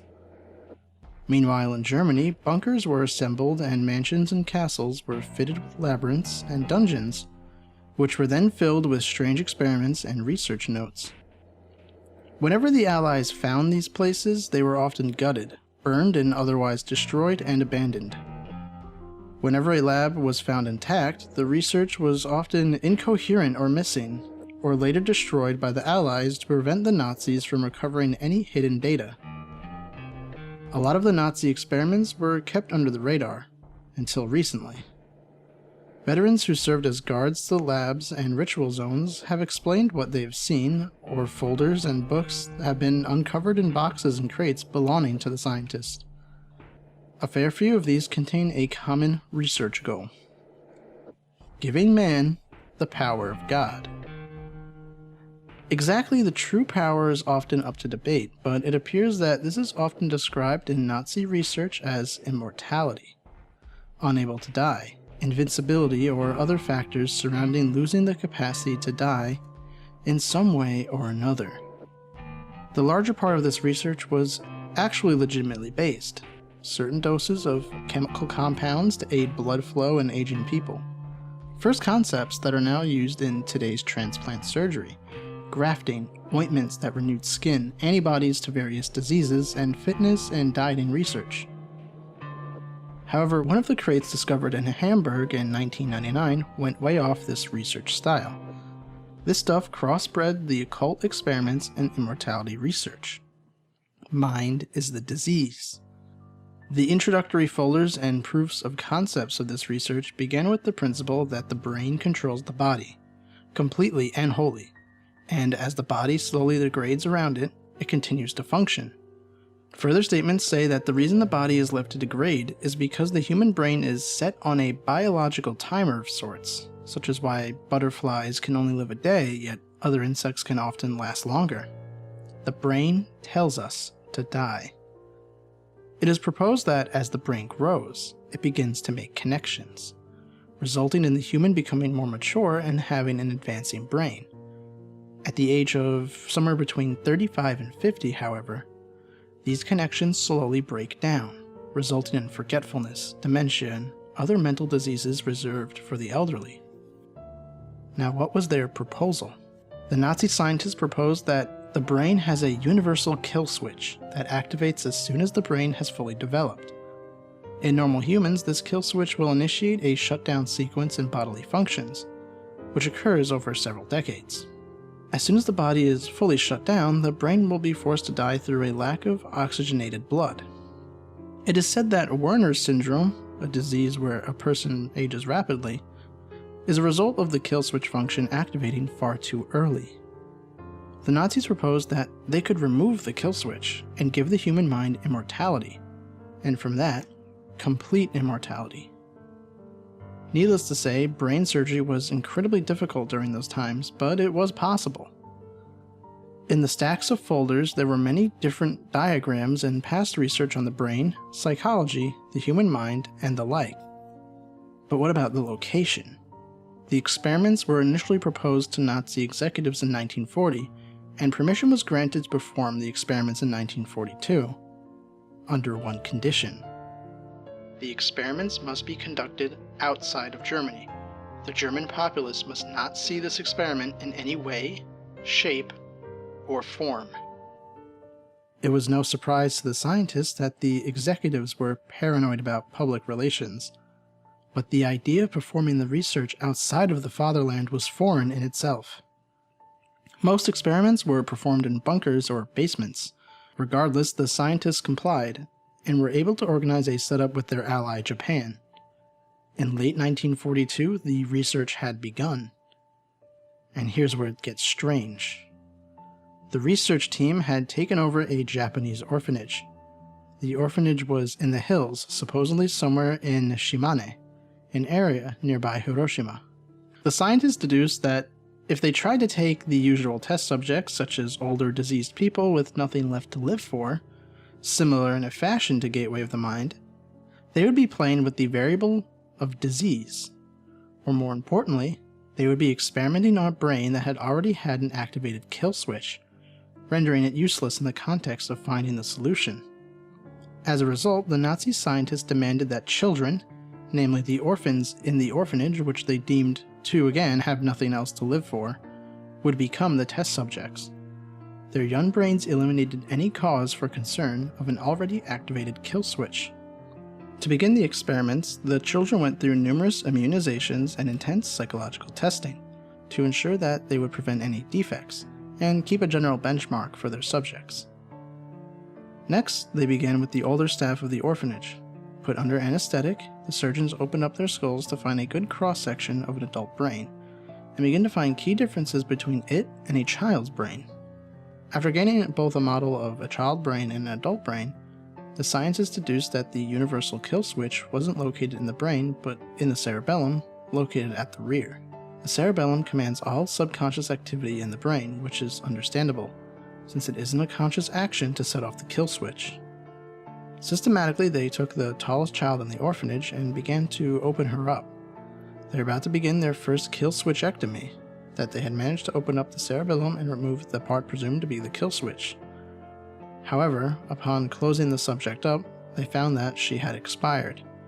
They assumed that the incisions on the brain had been too brash and required far more precision. The body was dumped in the forest behind the orphanage. After imports of different tools and different techniques developed, the scientists were finally able to remove the kill switch and successfully revive the patients. In May of 1943, they had taken one of the youngest girls in the orphanage and removed the kill switch. The only function was that she lost the ability to sweat. After their assumed success, the scientists had celebrated, after which everyone went to sleep. The next morning, the girl did not wake up, and was revealed to be comatose.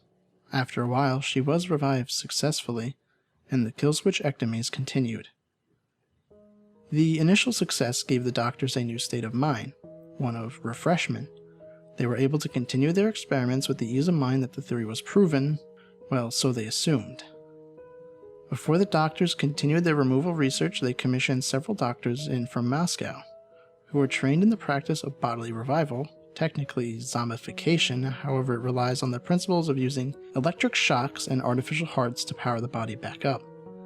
They stated the reason for this was that the original subject always became comatose or clinically dead whenever she went to sleep, and then revived herself in the morning. She had no signs of this behavior before the experiment, and despite the fact that she revived, the doctors did not want to risk a success turning into a failure. The Russian scientists were put to the task of bringing her back to life whenever she expired. After several days of this, the Nazis concluded that it was safe to continue. Project Venom. Project Venom was a Russian experiment to create super soldiers from the theory of Dr. Frankenstein. As a repayment for the use of Russian scientists, Russia had asked that they combine the research of Project Venom with the Nazis' ongoing experiments. Naturally, the Nazis agreed. However, the limited number of orphans was debilitating, as the Nazis required so many of them and could only offer a single girl. The Russians were content and began their proof of concept. They had artificially created an arm over in Moscow, which was on its way to the orphanage to be grafted on, to prove that amputation and replacement could work. In the meantime, the Russians had to prepare for this. The girl's right arm was amputated. Mysteriously, shortly after, the Russian scientists packed up their equipment and left. The replacement arm never came, and the girl was left with a bandage strapped over her kimono perpetually.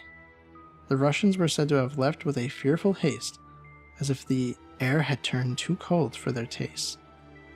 One child out of the whole orphanage did not approve of the scientist's presence. In her acts of rebellion, she stole paperwork and ripped it to shreds, broke glassware, and wrecked surgery theaters. Despite being only 8 years old, and despite her size, she had surprising capacity for destruction. It was noted in a journal that she was heterochromic as well, brown and blue eyes from left to right. The senior scientist despised her, but could not restrain her without arousing suspicion. Instead, they ordered the Nazi soldiers to take care of her. She was brutally beheaded with a blunt bayonet, and she was not buried. She was just left in the woods behind the orphanage. The soldiers told the caretakers that she had found a new family.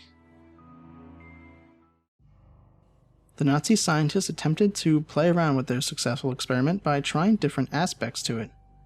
Sadly, none of them worked. Here's a list of them. Entry through the forehead, formed on a 10-year-old boy. Skull was deformed and the boy had been virtually lobotomized by the end of it. However, he wasn't vegetative as a result, although he was mentally retarded due to the experiment. Entry through the lower jaw, performed on a 6-year-old girl. The tongue and most of the flesh on the lower jaw was removed and could not be replaced. The subject's sinuses were also scrambled.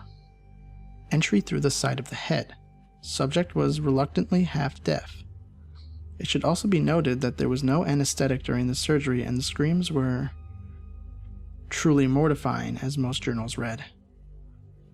Despite the failure of these, the kill switches were still removed and the subjects acted in much of the same way as the first girl, expiring upon sleep. However, they were reduced to a mere 10 people, due to all of the previous failures. This is including the caretakers, and they had performed surgery on all the children. Kill switch reversal. The doctors began to formulate ideas that in a child, a kill switch isn't already activated, but in an adult, the kill switch could be reversed using a chemical compound to eliminate the hormone being produced and the kill switch then removed.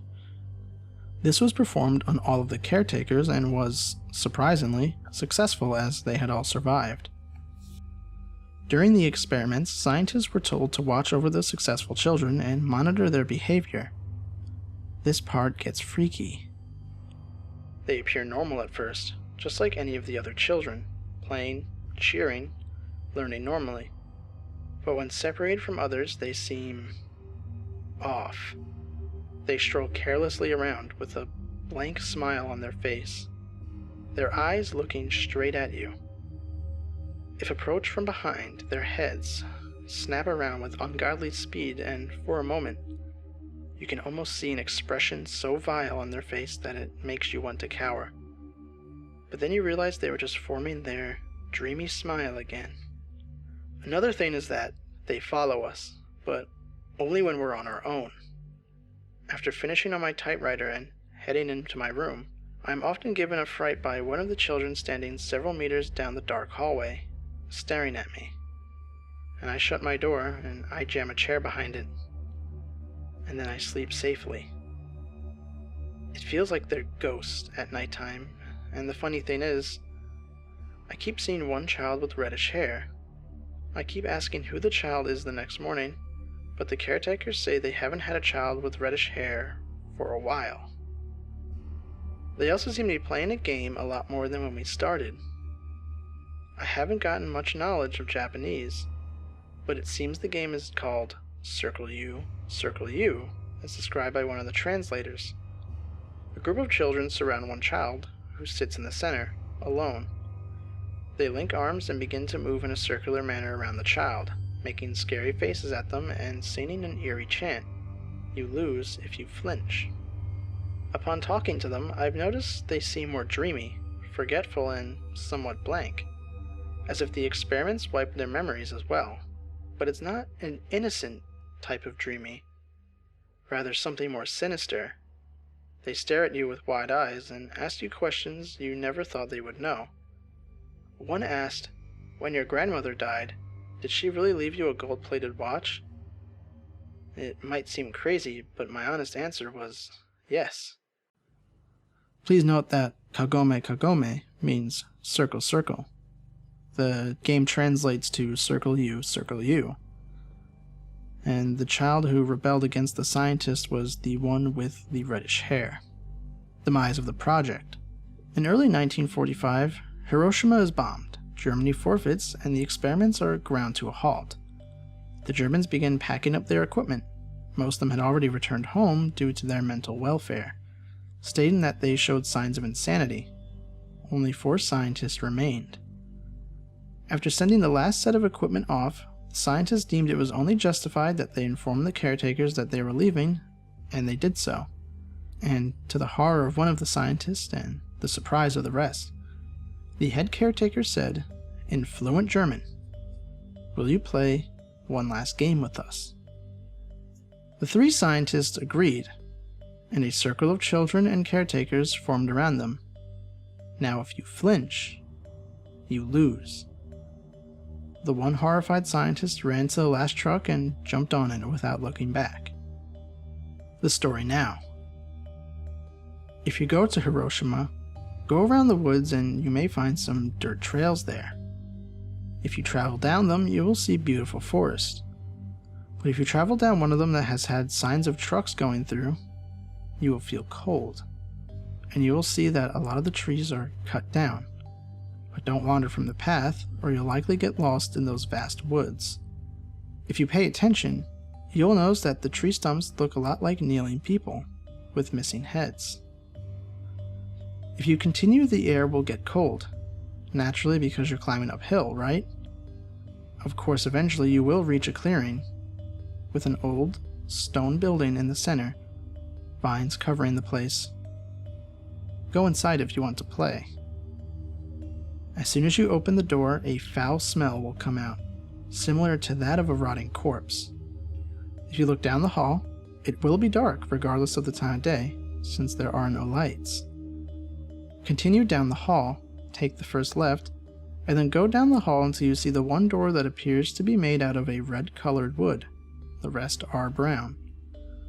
Open the door and you will find 10 happy children and caretakers, all wearing kimonos, playing in a normal playroom.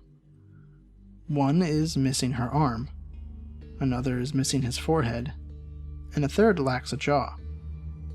But all are bandaged with clinical precision. The place should be very clean and tidy, and dependent on your standard of such things, and well lit. At once, your presence will draw the attention of everyone in the room, including the ones that look far too preoccupied or distracted. They will turn to look at you, carefree smiles from each of their pleasant faces.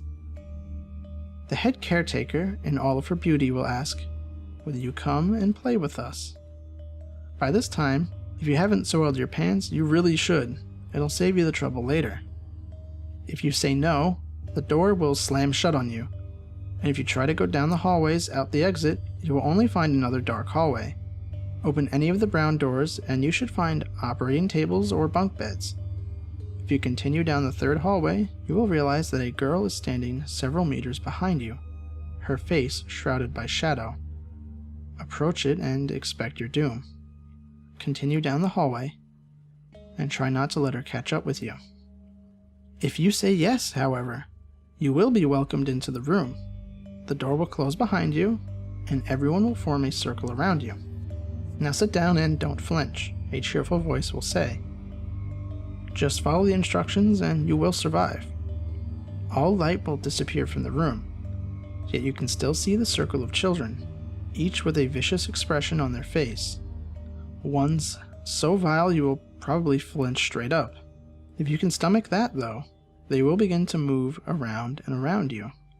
Slowly. You may feel one of them lash towards you. If you look, however, there will be nothing there, besides the children circling normally. If that wasn't enough, they will begin chanting, "Kagome, Kagome." I really can't explain any further. No one ever lives to tell the tale of what happens then. If you flinch before they chant, they simply continue as normal. If you choose to say maybe to the head caretaker or anything other than yes or no, it is told that the children's expressions will turn mortifying, Zalgonic almost, and they'll begin to scream in inhuman voices, If you do anything besides say yes or no from here, it is told that the children and caretakers will slam the door on you. If you turn around, the story varies. Supposedly, your worst fear will be waiting on the other end of the hallway, separating you from your exit. The least you could do is greet the creature before he tears you into oblivion. If he has the capacity, he may well respond, and you will die as a polite person. Don't greet him, and you will end up as another of the beheaded bodies along the trail. If you respond, "I don't understand," and you must be genuine, the head caretaker will say, "Go to your school and watch the children play." You should understand then. Nothing will have changed, and close the door on your way out. It's common courtesy. Disclaimer. Most creepypastas are fabricated. Some derive from psychological stigma, and others are simply revamped ghost stories. But there is a small percentage of creepypastas which aren't like this. These are the quote-unquote true creepypastas. And that's not to say that they are a higher class of original pastas which spawned forth others, it just means that they're real. Germany did send a research team to Japan to experiment immortality via the brain. And they did experiment on children in an orphanage.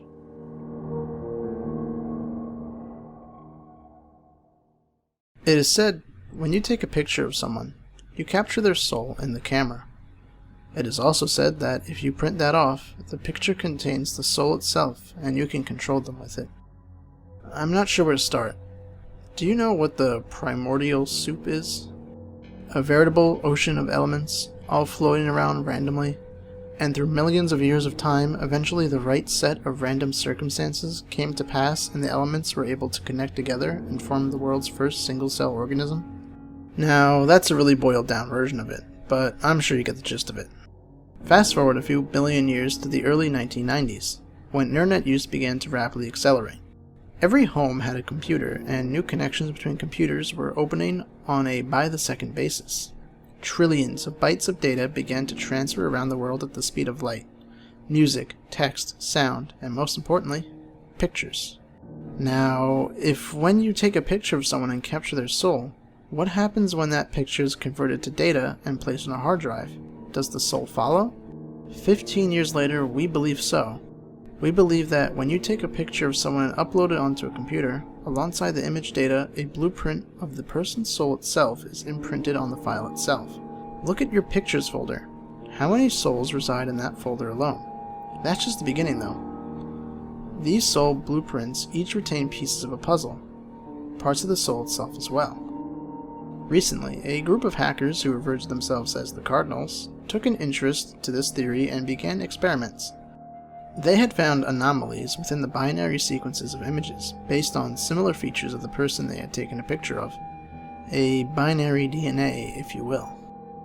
Now these hackers had come to possess a set of 3 extremely important data files. 1 AVI, 1 JPEG, and 1 MP3. Each of which possessed interesting, unexplainable qualities. The first, cradle.avi, depicts what appears to be a group of teenagers with a low-quality video camera exploring the basement of a house. The quality of the video is distorted completely beyond any comprehensibility, and the video is very low quality. For most of the video, the camera is passed around the group, handed back and forth and jerked around too much to make anything noticeable out of it. But near the end, the camera turns at an odd angle, and you can semi-clearly make out a young girl standing in the corner facing the wall. Her hair is long and black, and she's wearing some form of white dress. You only see her for a split second, but many people who have seen the video claim there's just something that seems wrong with her. A bit deformed, but not in any way anyone can explain. But the truly peculiar property of this video is what happens to the user's computer at the end of it. On the last second of the video, if not already so, the video will force full screen itself. Along with this, you are left with a 1-second looping clip of a window and a wall. It loops 15 times, and then the girl is seen again, standing on the other side of the window with her back to the viewer, slowly wavering back and forth. After a few moments, the video ends and the user's computer permanently shuts down. Inspection has shown that the entire registry becomes completely corrupt, requiring the user to do a total wipe and reinstall. The second file is known as needles.mp3. This sound file, when played, plays for about 3 minutes. It is extremely distorted. One can occasionally make out some form of voice talking, but most of the sound is some form of growling, rolling, crackled roar. Users who listen to this file often experience extreme nausea and loss of balance for a brief period of time. The final file is known as burningman.jpg. The file name has nothing to do with what the actual picture depicts. Instead, it just displays a haphazard mess of overlaid and meshed images of dolls and a hallway. There also seems to be an image of a man standing with his head cast down in the background, but the image is too distorted to make anything out, much like the other files. The image, when downloaded and opened on a user's desktop, will proceed to stay permanently open on whatever program it is opened through. Not only that, the program becomes disabled. Nothing else happens, the image just permanently sits there on your desktop, unclickable, unminimizable, and you're just left there with the man's invisible gaze staring at you. From what the group of hackers were able to discern, this file seems to have pre-compiled into the data something along the lines of CMDOW. Yet, as complex and intricate as the program is, it works across all OS platforms, no one knows who the original creator is. In fact, few people have ever heard of it, and the file is uncopyable nor sendable. This, in fact, further adds to the mystery, as often receivers of this file will obtain it from random anonymous emails, or it'll be posted on forums on a download link. Posing the question, how was that poster able to upload it? If you ever see any of these files, refrain from downloading any of them. They all have varying detrimental effects on your computers, from practically taking out your whole registry, corrupting System32, freezing your mouse, or crashing your computer. Now, onwards. This group of hackers, the Cardinals, took to analyzing these 3 files and comparing their odd behaviors. They had heard of other such odd files, images, data, etc., but they were never able to get their hands on them, at least as far as we know. Though rumor states they, in fact, were able to locate and collect all the known files, like the original Smile.jpg, Barbie.jpg, and even SuicideMouse.avi. Not even the grifter was able to escape their grasp, rumor states, but rumor also states the grifter video even exists, but that's another story. Nonetheless, all these files in hand, the group lined the files up and began to meticulously work through the binary 1, 0, and 1 at a time, checking for similar strains and series of binary that matched. And they did manage to successfully do so, at least the legend states. The result was 7 individual executable files that did nothing. Simply a gibberish pile of zeros and ones. They endlessly puzzled over the files, each tackling an executable each. They decided to name them after themselves: lust, gluttony, greed, envy, sloth, wrath, and pride. At last, they attempted to line the files up. Remarkably, something odd happened. The copies of the files were quite suddenly meshed together. The result was a single, complete executable, already named: barelybreathing.exe. And what of this file? Well, not much is known after this point. They were too smart to just execute it. They analyzed the file in every possible way: hex, binary, conversions, anything to figure out what this odd file would do. To no avail. Even after forming together, it was an even bigger jumble of ones and zeros and made no more sense than these separate executables. They backed the file up on a flash drive and proceeded to run it. That was the last command found run on their destroyed computers a week later. Description of the corpses stated that it almost seemed as if they had been brutally slashed across their faces and arms. Every square inch of skin that had been bare had been mutilated, almost microwaved and then sliced repeatedly by a micro-thin razor.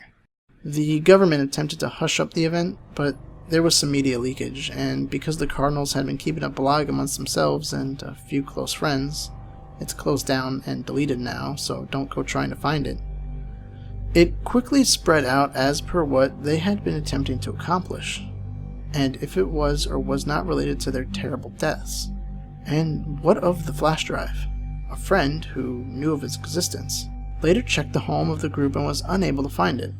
According to reports, the drive was found in the pocket of one of the group and had been taken into custody by the police, and then simply vanished. The trail continues on, far more though. The file resurfaces every few weeks around the globe. Governments attempt to cover it up, but some media leaks out, of course. Look to the news of people mutilated in their own homes by a murderer, their computers stolen, etc. If you ever get a cryptic email with an attachment labeled barelybreathing.exe, for fuck's sake, do not open it.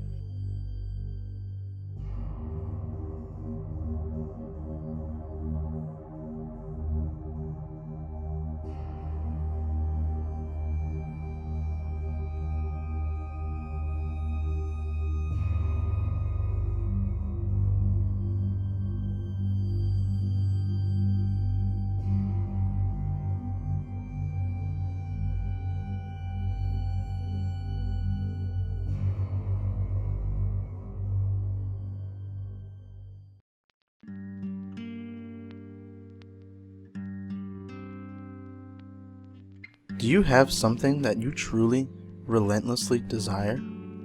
Despite your state of life, is there something else that you would go completely to the end of the world to get? Well, lucky for you, there's a way to achieve what you're looking for. And you won't need to go to the end of the world to get it, but you will need to go somewhere. And the place may be too out of reach for some. It's not far away. Closer than one may believe, but there's requirements that some individuals may not meet. First, whatever it is that you seek, know that you must seriously desire what you want. In your eyes, it should be something you need. If you begin the journey without the correct state of mind, you will surely fail, and it will be near impossible to turn back once the journey starts. The second requirement is that you need a vehicle of sorts. Most use a car, as it is the most comfortable choice. There have been a select few that have chosen to use a small motorized vehicle, such as an ATV or motorcycle. But this has proven to be quite difficult, as the conditions of the journey can prove to be too bothersome. Do not use a vehicle that's too large or noticeable, as you will need some of the cover of the night to be most safe. Also, while any sort of car will do, you may not want to choose the most expensive or cherished car. You can take your slick new black Mercedes for a drive if you'd like, but don't expect it to come out in a pristine state. Make sure your vehicle is completely fueled before beginning the drive. The first task to accomplish is to locate the road.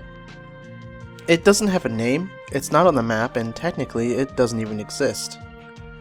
It will only show up if you're looking for it at the right time, and you will only spot it if you know what to look for. Finally, you must be alone during the journey. You didn't think you'd be able to go with a group, did you?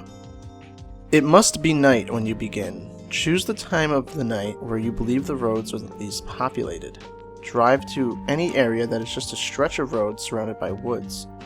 Here's where you'll want to start paying close attention. If you're looking for the road, it will turn up eventually, but you need to search for the road's hint in order to pull down the right one.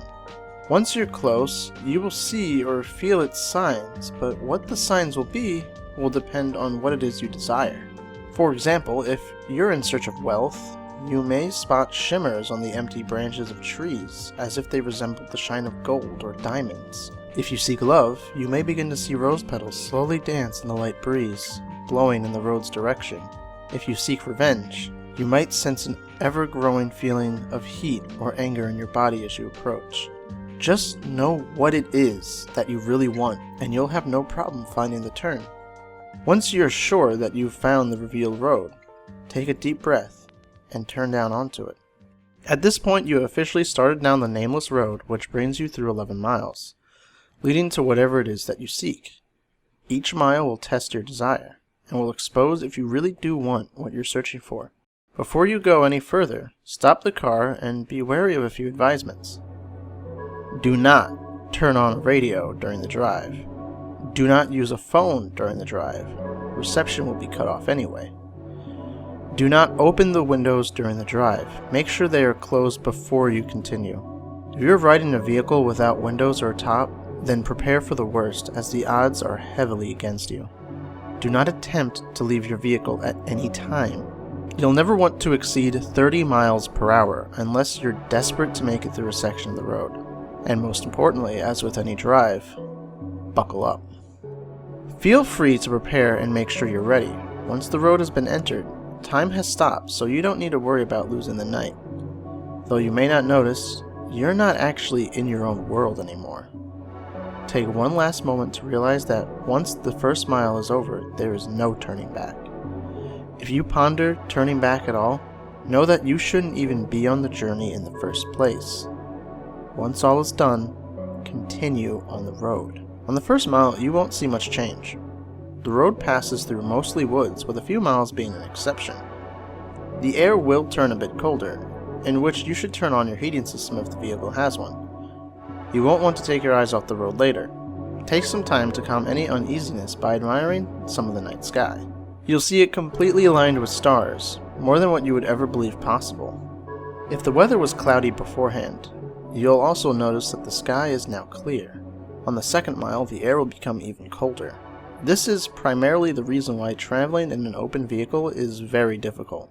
With each mile, the air will drop in temperature even if the season should be warm. If the air is too cold to bear, even with the heat on, your only option is to speed up. With each mile, the road also becomes more complex, taking more turns and showing an increasing amount of road hazards.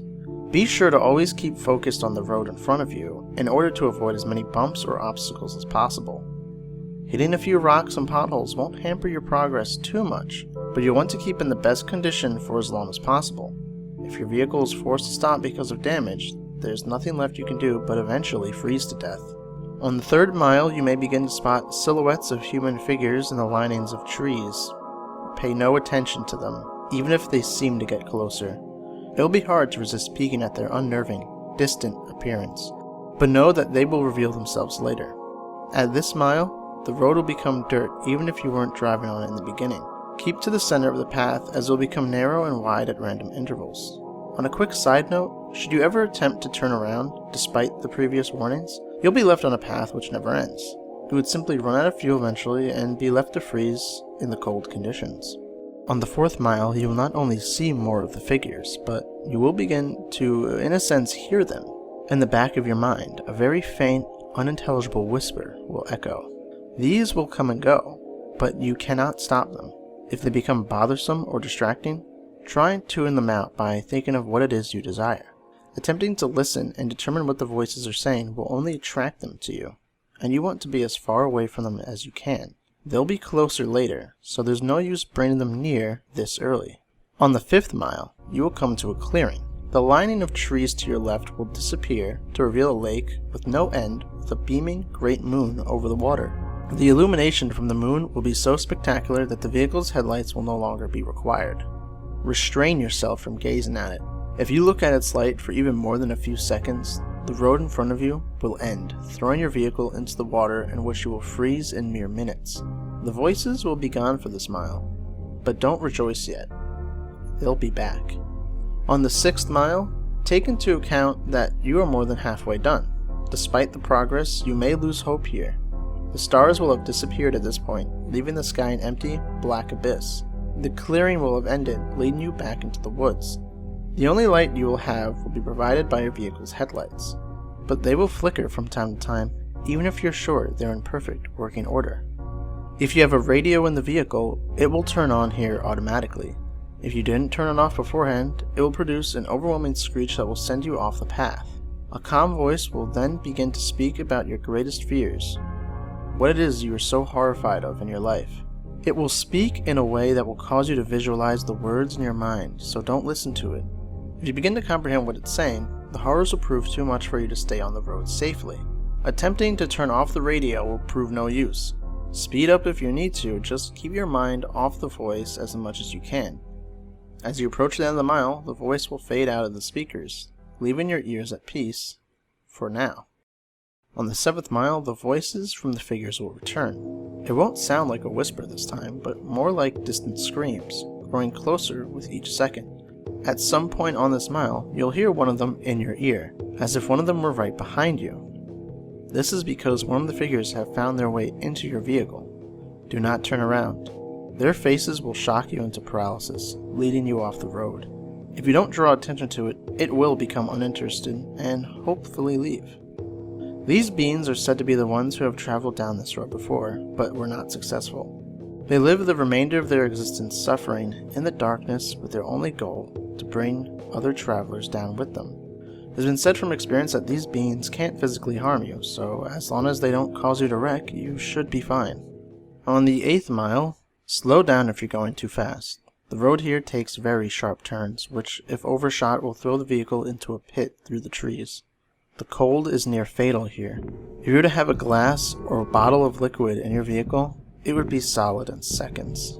The heating system will become completely obsolete. Your headlights will flicker more, sometimes shutting off for a few seconds. You should brake if this happens, but do not completely stop. The figures will be following you at this point, and should you stop for too long, they will surround and trap your vehicle. More of their screams can be heard from outside your doors, sometimes even sounding of maniacal laughter. Their hands will claw at your windows, desperate to reach in and feel something living. Do not look at them. They won't block your windshield, and the last thing you want to happen is to crash and be trapped with them. If you don't make it from here, pray that it's the freezing that ends you. On the 9th mile, your vehicle will stall. The headlights will shut off, as will all other systems inside. There's nothing you can do to prevent this. What you need to do is close your eyes and immediately attempt to restart the vehicle. Keep your eyes closed, as the figures will have surrounded you at this point. The starting of the vehicle will frighten them, and they will back away temporarily. This will give you a chance to start moving forward again. If you begin to hear the windows crack from their struggle, don't lose focus. The beings can alter the vehicle, but remember that they still do not have the strength to physically affect you. You will hear nothing but their voices rampage in your mind, as there could be anywhere between a dozen or 100 after you now. Once you start the vehicle, floor it. Floor it so long as you can stay on the path. When the mile's done, the beings will retreat. On the 10th mile, the voices of the beings will stop. If you were to look in your rear view mirror, do not actually do this. You will see them following you, but not as if they were chasing. They're watching you, as if they were seeing you off. As you go down the 10th mile, the road will be smoother, as if you were back on the 1st mile. The figures will be lining the sides of the path ahead of you. They won't be after you, but they will watch you as you pass. Some have theorized that the beings are impressed here, that you've come a long way on the journey to what you desire. This is false. They are not impressed, but they are happy. They are happy you're about to approach the next mile. They are happy because you are most likely going to your death. On the 11th and final mile, everything in your vehicle will lose power, as it did on the 9th. The vehicle would normally be immobile, but you will still be moving. An unknown force will be pulling you forward. In the darkness, you will see a glowing red light up ahead, as if it were a light at the end of a tunnel. Close your eyes and cover them.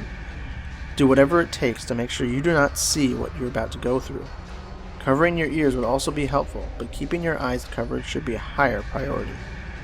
The red light is another clearing, but there's no moon or lake this time. Once it's entered, unrelenting and inconceivable noises will sound from all directions. No amount of bravery and conditioning will spare you from these sounds. The cold will turn into a merciless heat, burning all parts of the vehicles. You will feel the illusion of the flesh being burned off your bones, that every part of you is being destroyed as you travel through screams and audible suffering. As long as you keep your eyes closed and resist the urge to see where you are, you will survive through this. This will last a total of 31 seconds, but many fail to keep their vision closed during that time and are left to the worst fate of the road. Where is this mile located? Those who have survived do not know. Some have named it the transmission from hell, but whether it's part of hell is debatable. After the final mile, power will return. Stop the vehicle. Take a moment to possibly regain some of your sanity. Let the screaming in your ears begin to fade, and know that you have nearly completed your journey with the hardest task to overcome.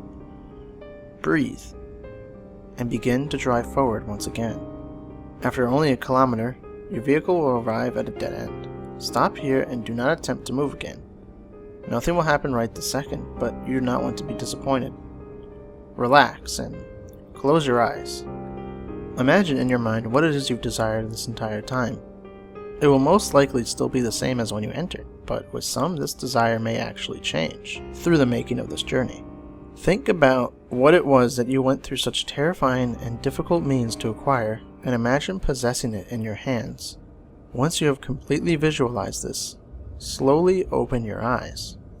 You will find yourself at the beginning of the unnamed road, where you first began. This may confuse you, but know that you are finished. Your task is done. Your mind will then turn to your reward. If what you desired was material, check the back seat or in the trunk if the object is larger. If the object was small enough, it might actually already be in your pocket. If what you desired was non-material, then do not be disappointed if the change is not immediate. Turn back to where you came from, and you will find in your life that what you wanted is there. You may have found the love of your dream. You may have gained unnatural, unimaginable power. You may have put your most hated enemy to the most satisfying revenge possible. You will have no doubt gained what it is that you desired. So now that the task is done, what's the catch? Is your vehicle cursed? Is there something you're about to lose? Is your death imminent? The answer to all is no, of course. You've done the challenge. You proved worthy of what it is you desire. As stated before, the sounds of the 11th mile will continue to exist in your mind, potentially causing you some vivid and unusual nightmares, but those should prove as nothing compared to what you've gained. Now, one last question. Is there something else you desire? Are you not yet satisfied? After all, you're left right back where you started. The road is right in front of you. So are you up for another drive? If so, buckle up and just move forward.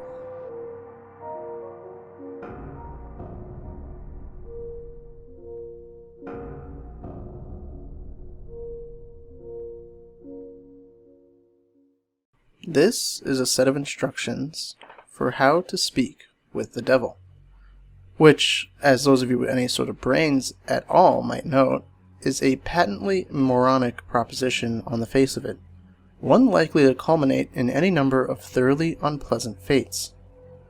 Honestly, it would probably be smarter to publish your credit card number on Facebook, or to take up a career in crocodile wrestling. But then, that isn't going to stop you, is it? Not if you're sincerely interested, at least. Technically, if you do everything just right, there's a fair chance you'll walk away scot-free. And that seems to be reason enough for some people to decide that it's a good idea. Especially if you're the fate-tempting, thrill-seeking, scare junkie type, or the desperate type. Which brings me to a point of clarification I ought to make. This is not a manual for making any sort of Faustian bargain. You know, the whole sell your soul type of deal. Although, if you happen to bring it up in conversation, he certainly wouldn't be one to refuse. Following through with such a foolhardy bargain, however, would necessitate removing some of the protections which you will put in place for your conversation, and I don't think I need to spell out to you why that would be a bad idea. If you're really mathematically impaired enough to want to trade something that will last an infinite number of years for something that might last about 90 tops, there are plenty of other rituals out there for you to follow. This one, if performed correctly, should only allow the two of you to talk. This perhaps begs the question of why exactly you would want to speak with the devil in the first place. Maybe some of you just like the idea of making small talk with extremely dangerous occult entities. But for the sake of the human race, I hope most of you aren't quite that stupid. The short answer is, he knows things. Things that some of you may have a deep, vested interest in finding out. I mean, he's not omniscient or anything. Much as he would like to pretend otherwise, he's not God, but he definitely has a supernatural advantage over the kind of knowledge any human would be able to obtain. For example, he probably wouldn't be able to predict when the next world war will happen, or tell you the cure for cancer, but he could very well be able to predict the winning numbers of tomorrow's $500 million Powerball drawing, or tell you what deadly, undiagnosed condition might be afflicting one of your loved ones. Of course, the Prince of Darkness doesn't just go around giving out winning lottery numbers to anyone who asks, and trusting any sort of information obtained from a being commonly described as the Father of all lies is liable to land you in a worse situation than you were in when you started. However, if you're really dead set on finding something out and you've exhausted all other options, there is a way to try to get accurate information out of the guy. You see, like so many of the more urbane villains in popular culture, the devil has a bit of a penchant for games and gambling. Of course, the reason why he likes them so much is that he almost always wins. Unless you happen to be a fiddler named Johnny, or you're represented by Daniel Webster, you're probably going to get your ass handed to you. But, if you're determined enough to want to face the risk and the long odds, there's a certain game the two of you can play to try to win the information you need. First things first though. We'll start off with a description of the summoning process, then get into the rules of the game, some tips for how to play, and finally, of course, the inevitable litany of arcane shit that might go horribly wrong. In order to contact your conversational partner, you'll need to go to a church at midnight. It doesn't matter what kind of church, large or small, old or new, liberal or conservative, just as long as you're sure it will be empty. The last thing you want is for some preacher to walk in while you're in the middle of this, for the sake of the preacher's well-being as much as your own. The process will probably work best if you try it on a new moon or full moon, or Friday the 13th or Halloween. The actual day is less important than that of the psychological effect it has on you. As long as you don't try it on Christmas Eve or something stupid like that, you should be fine. The time is important though. You don't have to start or end your ritual at exactly 12 a.m. Greenwich Atomic Time or anything, but as a general rule of thumb, you ought to show up a bit before midnight and have everything set up by no later than 10 or 15 after. Show up a lot before midnight if you don't know how you're going to get in. Shockingly enough, most houses of God do tend to lock their doors at night, at least if there's no one there to watch over them, and remember, we want empty. Got it? There are, of course, certain things you need to bring, and certain things you can't bring. For this ritual, you will need a full can of salt.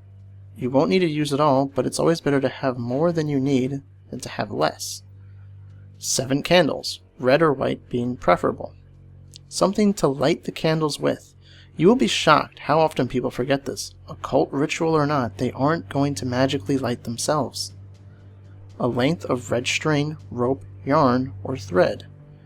A full-length door or wall mirror. Ideally, you want to find one of those already present in the church. They're a bit unwieldy to be lugging around with you during a break-in. However, if there really aren't any there, you'll have to bring your own. You might also find it useful to bring some markers, pencils, paper, a flashlight, or any sort of tools that might be necessary to secure your entrance into the church. You will not be permitted to bring any electronic or timekeeping devices. This includes all cell phones, smartphones, tablets, e-readers, MP3 players, PDAs, calculators, wristwatches, pocket watches, kitchen timers, hourglasses, etc., etc., etc. Seriously, it's worse than the SATs. If you're one of those people that has your smartphone practically wired into your brain, don't worry. You can bring all those things with you to the church as long as you leave them outside the room in which you'll be doing the ritual. If you brought a flashlight, leave that outside too. Also, don't bring any sort of religious paraphernalia to protect you, especially if it pertains to the Abrahamic religions. And yes, if those gothy black cross earrings you're wearing are hanging right side up, they count. If you have any kind of holy symbols like that with you, the devil will simply refuse to show up. Don't worry, you're not going in totally unprotected. In fact, most of the supplies with you are not for any sort of devil summoning ritual, but it's for your own protection, old superstitions and folk magic remedies to guard oneself from evil. From what I know of it, the effect's mostly based on the power of belief, so there are probably numerous other objects, artifacts, and procedures that would work just as well. If you'd like to risk being helpless at the mercy of the devil in order to test that theory, feel free to experiment. However, for anyone without a psychotic death wish, I'd recommend sticking to the ritual as follows. Once you're sure that you have all the right supplies with you, make your way into the church and find some place to set up. It can be anywhere from the main sanctuary where services are held, to a Sunday school classroom, to a walk-in supply closet. As long as you have sufficient amount of open floor space and are certain not to be disturbed. Set up your mirror first. This is where the devil will appear when you summon him. As such, you mustn't complete the summoning until you've laid down certain wards around it. First, surround the mirror with an unbroken circle of salt. If the mirror is hanging on a wall or door, lay the semicircle around it instead, making sure that the salt touches the wall at both ends. Then, wrap your red string around the mirror several times. The color red, especially red string, is symbolic of protection in the folklore of many cultures and religions. This is also why red candles are a good idea. Speaking of the candles, set them up around the outside of your circle or semicircle of salt, spaced at relatively even intervals. No, you don't have to go and get measuring tape and make it exactly perfect, but do at least try to make it look as though it was set up by someone who could be trusted enough with matches. Light the candles in a clockwise fashion, being careful not to disturb the salt. If you break the circle, you may have to start all over again. Once all the candles are lit and burning strongly, your protective wards are complete. You are now ready to proceed with the actual summoning. To do so, you must first get the devil's attention and demonstrate your resolve by performing some sort of sacrilegious act in the holy space. Turning a crucifix or cross upside down is fairly conventional, but it's not the only option. For example, I know of a kid who once fulfilled this requirement by scribbling obnoxious graffiti all over a painting of Jesus hanging in his Sunday school classroom. The nice thing about turning a cross upside down is that once you finish your encounter, assuming you've survived it in one piece, you can just flip it right side up again, and no one's the wiser, sidestepping the relatively minor but still irritating risk of having your Sunday school turn into a reenactment of the Spanish Inquisition for the next month and a half. After you've finished doing whatever offensive thing you've decided on, shut all doors to the room and turn off all the lights so that the space is only lit by the candles. Face the mirror and stare deeply into it, concentrating on your desired outcome. There are no incantations, no arcane strains of Latin that you have to recite. Just look into the mirror and wish as hard as you can for the devil to appear there. After a few moments of this, when you feel ready, close your eyes and count to 10, then open them. If all has gone correctly, you will no longer see your own reflection, but you will be looking at the devil, or at least looking at the way the devil has chosen to appear to you. Chances are he won't look like your conventional red-horned demon with goat legs and a pitchfork, nor any sort of terrible apparition. No point in scaring you off now. Better to lure you in, make you feel safe. To that end, he generally takes the appearance of a fairly average, nondescript human being. If anything, he's prone to vanity and will lean towards the more attractive end of the spectrum. The only real frightening part of him will be his eyes. No matter how hard he tries, he can't hide the sinister gleam smoldering deep within them. The malevolent amusement and hunger, like the eyes of a spider contemplating a fly struggling in its web. They're supremely confident, those eyes. Confident and without pity. Don't look into them too deeply, or you'll begin to feel helpless and paralyzed with dread, losing your hope and your will to fight. Since you'll probably just be standing there, staring at him in shock for a few moments, having on some level expected the ritual to fail, he'll initiate the conversation by asking you what it is you desire from him. If you can gather your wits enough to string a coherent sentence together, you should respond with something like, "I wish to challenge you in a game of question and response." Even if you don't get the words exactly right, he'll know what you mean, and he'll accept your request with a wide, predatory grin of anticipation. He's been playing this game for a long time, you see, and he's very good at it. Most humans, on the other hand, are very bad at it. This gives him a chance to, at the very least, thoroughly mess with your mind, and at most, well, we'll save that for the litany of shit that could go wrong. You'll have to play it very smart to avoid justifying his expectations. The general rules to the game are very simple, with a few caveats that can make things more complicated. He'll begin by asking you a question. He always initiates the game. It can be anything from a piece of obscure trivia, to a riddle, to an extremely personal inquiry. Don't worry, you won't be immediately plunged into hell if you get the answer wrong, or anything like that. As a matter of fact, he won't even tell you whether you got the answer right or wrong. After you've answered his question, you'll get to ask him one in return. Now here's where the consequence of your response comes in. If you answered his last question correctly, he will respond to your question as honestly and as accurate as he's able. However, if you answered it incorrectly, he is free to lie to you as he sees fit. Perhaps if you asked him something you're better off not knowing, he'll tell you the truth about it anyway. Most likely, he'll feed you the most insidious, damaging lie he can come up with. Either way, after he's responded, he'll ask you another question, and the process will repeat over and over until you decide to call it quits.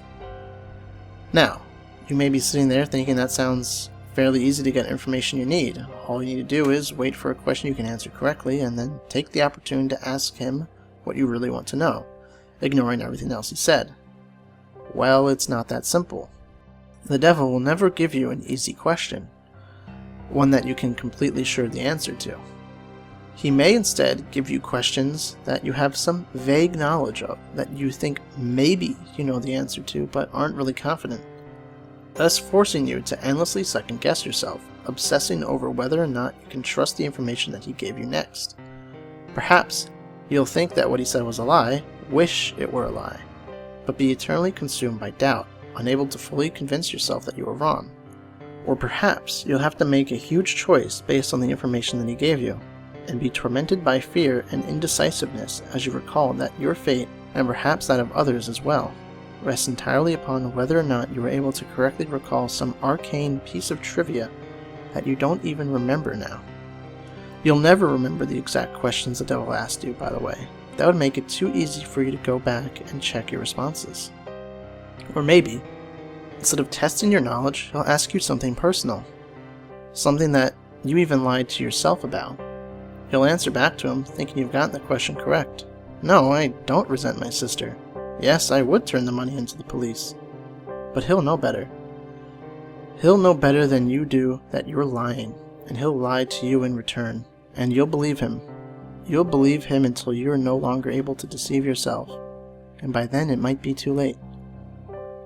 Or maybe he won't even give you a chance to get an accurate response at all. Maybe he'll just ask you an endless string of completely impossible questions, making you more and more frustrated and disheartened as you realize you're never able to force him to tell you the truth. Questions like, what was the exact height of Mount Everest in centimeters in the year 1666? Or, what is the airspeed velocity of an unladen swallow? Although, knowing his sense of humor, if he ever asked the latter, he might consider African or European a correct response. There are a couple of ways to short-circuit this particular strategy, however. Additional rules and courses of action that make the game more interesting and prevent you from being stonewalled completely. Although in all honesty, he probably wants for you to try one of these anyway. The first option is to ask him a riddle instead of a question. If you somehow manage to stump him and he answers the riddle wrong or gives up, he'll be obliged to give you a truthful response to your next question. If he answers the riddle correctly, once again, don't worry, he won't pounce on you like the Sphinx or drag you into hell. What will happen is that he will get a pass, allowing him to lie in response to one question he would otherwise be obligated to answer truthfully. Honestly, if he gets a pass, you might as well just give up and quit the game there. It's nearly impossible to determine when he's telling you the truth under the best of conditions, adding another layer of complexity by constantly trying to figure out when and if he's used his pass. It's probably enough to make any normal person's brain explode. There's no way. Just forget about it. The second option is for you to take a dare from him. If you accept it and vow to follow through, then once again, he'll have to answer your next question truthfully. If you choose to instead reject it, he'll get another pass. Now, before you freak out and reject that whole idea completely, you should know that he won't ask you to do anything overly dramatic or unspeakably evil, like blow up a hospital or murder somebody. As a rule of thumb, most dares won't involve a direct loss of life or any major felonies. However, they certainly won't be easy. Inflicting severe pain on yourself, doing something that terrifies the shit out of you, cutting off a treasured relationship, publicly humiliating yourself or someone you love. All of those things and more, things you might not even want to be able to imagine, are completely on the table. If you're willing to go that far, to put yourself in that kind of position, you'll get your answer. However, if he manages to come up with the one thing you know you simply can't or won't do, well then once again you might as well quit. One last thing. Don't think you can just tell him you're going to do something and then not do it. If you accept a dare and you don't follow through with it, well, let's just say that there'll be consequences. Just suck it up and keep your promise, no matter what it was. Trust me, you're better off that way. Finally, when you've gotten either the information you wanted or given up on it completely, you must end the ritual by simply thanking the devil for accepting your request, bowing politely at the waist, and bidding him farewell. The surface of the mirror will seem to swim and flicker for a moment, and then you'll be looking at your own reflection again. Only when you're absolutely certain that you're looking into your own two eyes again, may you turn away from the mirror, flick the lights back on, and begin dismantling your protections. Now, and this is important, even if you haven't gotten the information you wanted, you must end the ritual in this manner before 66 minutes have elapsed. Well, I suppose technically you'll have 66 minutes and 6 seconds, subtle, right? But if you're seriously going to try to cut it that close without any kind of timekeeping device, you're probably screwed anyway. I can't emphasize enough how important it is that you keep to this time limit. I'll save the reason behind that for the end, but don't skip ahead. I've still got a few important tips on how to play. 1. Be very careful what sort of personal information you give out. Try not to talk about yourself, especially your emotions and problems, any more than absolutely necessary. This guy knows human psychology like the back of his hand, and he will get inside your head. It's like talking to Hannibal Lecter. Give him enough to work with, and even if you don't believe a single word he says, he will still find ways to fuck with your mind like it's nobody's business. If anything he asks makes you even remotely uncomfortable, do not hesitate to lie through your teeth. There will be plenty of other questions. 2. On a similar note, try to keep the game on track and moving briskly. Unstructured interactions of any kind are to be avoided. Chances are that at some point he will try to draw you off on a tangent, discussing something that fascinates you, analyzing a response you've given him, or finding some other excuse to speak at length without moving the game forward. This is not only a waste of valuable time, but also another excellent opportunity to mess with your mind. 3. If you chose to give him a riddle, use one that you've made up yourself. If your riddle has ever been written down anywhere at all, from the pages of The Hobbit to some long-lost tome of ancient magic, he will already know the answer. That said, it still has to be a legitimate riddle, with an answer that makes logical sense from some angle. You can't just ask something like, "What's green, has 10 legs and hops?" and then claim for some inexplicable reason that the answer was marshmallows. Nor can you ask him a straight question like, "What have I got in my pocket?" He probably knows that anyway. There are no hard and fast rules to determine whether a riddle makes sense or not, but you're a reasonable human being. Your ancestors ate from the tree of knowledge. Please, for the love of crap, use common sense. 4. If you choose to take a dare, there's a slight chance the devil will ask you to do something seemingly easy. Deliver a letter, for instance, or scribble a 10-digit number in a public restroom stall. If he does ask you for something like this, and you have even a shred of common decency in you, do not accept. Chances are that he is using you to further some sinister plot, one liable to ruin a lot of lives and harm a lot of people. Who knows, maybe you're the type of person who really doesn't mind throwing an unknown number of total strangers under a bus to find out what you want to know. But at least be aware that is what you are doing. 5. Last but not least, be very aware of the time. It might be helpful to do some practicing beforehand and get a feel for how long an hour is without a watch. The devil will probably put off discussing the things you're most keen to find out for as long as he can, and as you near the 66-minute deadline, he'll start trying harder and harder to distract you, captivate you, and otherwise keep you playing until it's too late. He'll string you along, feed you little glimmers of false hope, keep you thinking just a few more minutes, I'm almost there. Don't fall for it. Don't go over the time limit, no matter what. Now, you might be thinking that this game really doesn't sound all that dangerous so far. Threats of psychological damage rarely seem to carry the same weight as threats of physical damage, even though their costs are often just as great. Hate to burst your bubble, but this game is far from safe. There are plenty of ways for you to seriously screw yourself over both physically and mentally, not to mention spiritually, and it is with those that I will conclude, in the vain hope that they make some sort of impression. First, while you are speaking with the devil, do not let him out of your sight. Keep staring into the mirror, no matter what happens. He will undoubtedly try various tricks to make you look away. You will hear noises behind you, feel eyes on the back of your neck, see shadowy phantoms writhing in the depths of the mirror. A cold breath will blow upon you from behind, smelling like the crypt. A deep silence will settle, only be interrupted by a loud smack directly behind your head, giving you about the worst jump scare you ever had. Hell, the devil may even abandon a measure of his own dignified facade and give a sudden jump of feigned shock, shouting loudly and pointing behind you with a very convincing look of terror on his face. Whatever he might test you with, you must not look away from him. If you look away, if you lose sight of him completely, even for 1 second, you will look back at the mirror to find him gone. Well, not gone, out of the mirror, in the room, with you. Exactly how much of your body the police will find next morning and what state it is in will depend entirely on the sort of mood he's in. The same thing goes if you break any of the protections you laid before beginning the ritual.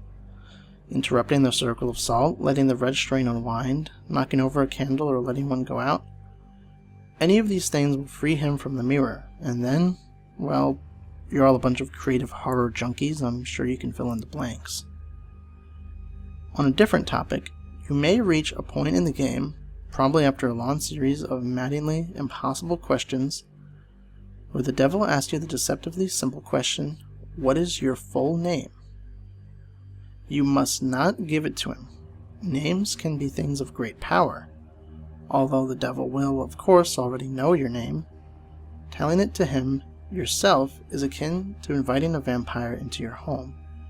Your name is deeply synonymous with your own, inner self. Thus, giving him your name is powerfully symbolic of giving him yourself. If you are foolish enough to make this mistake, all of your protections will be for naught, and he will seize upon your unwitting offer with malicious glee, stealing away your soul and dragging it back to him into hell. At least this way the police will find a complete, identifiable body. As a matter of fact, your vacant shell will be totally unblemished, seemingly having dropped dead of sheer terror. Last, but certainly not least, there is a matter of what happens if you go over the time limit. This is arguably the worst thing you can do. You won't think so at first.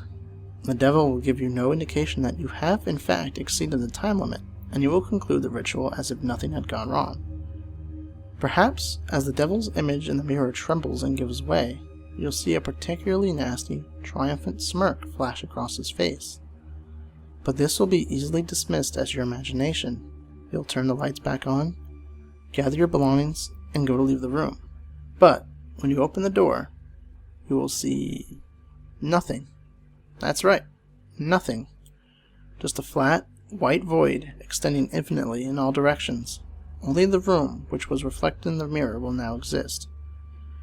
Incidentally, if you turn back around to face the mirror again, you may catch a last glimpse of your own reflection. Perhaps it will even turn and favor you with a smirk and a cheeky wave before sweeping out the door into the perfectly normal church hallway outside.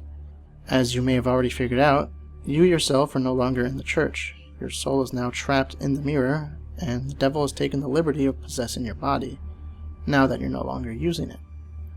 Pound on the glass and scream all you like. You'll never get out on your own, and no exorcist can help you. But don't worry, it's not like you're in hell, right? At least, not necessarily. What you have to understand, see, is that the human soul stripped bare of its flesh is a deeply volatile and vulnerable thing, especially when trapped in the land of the living.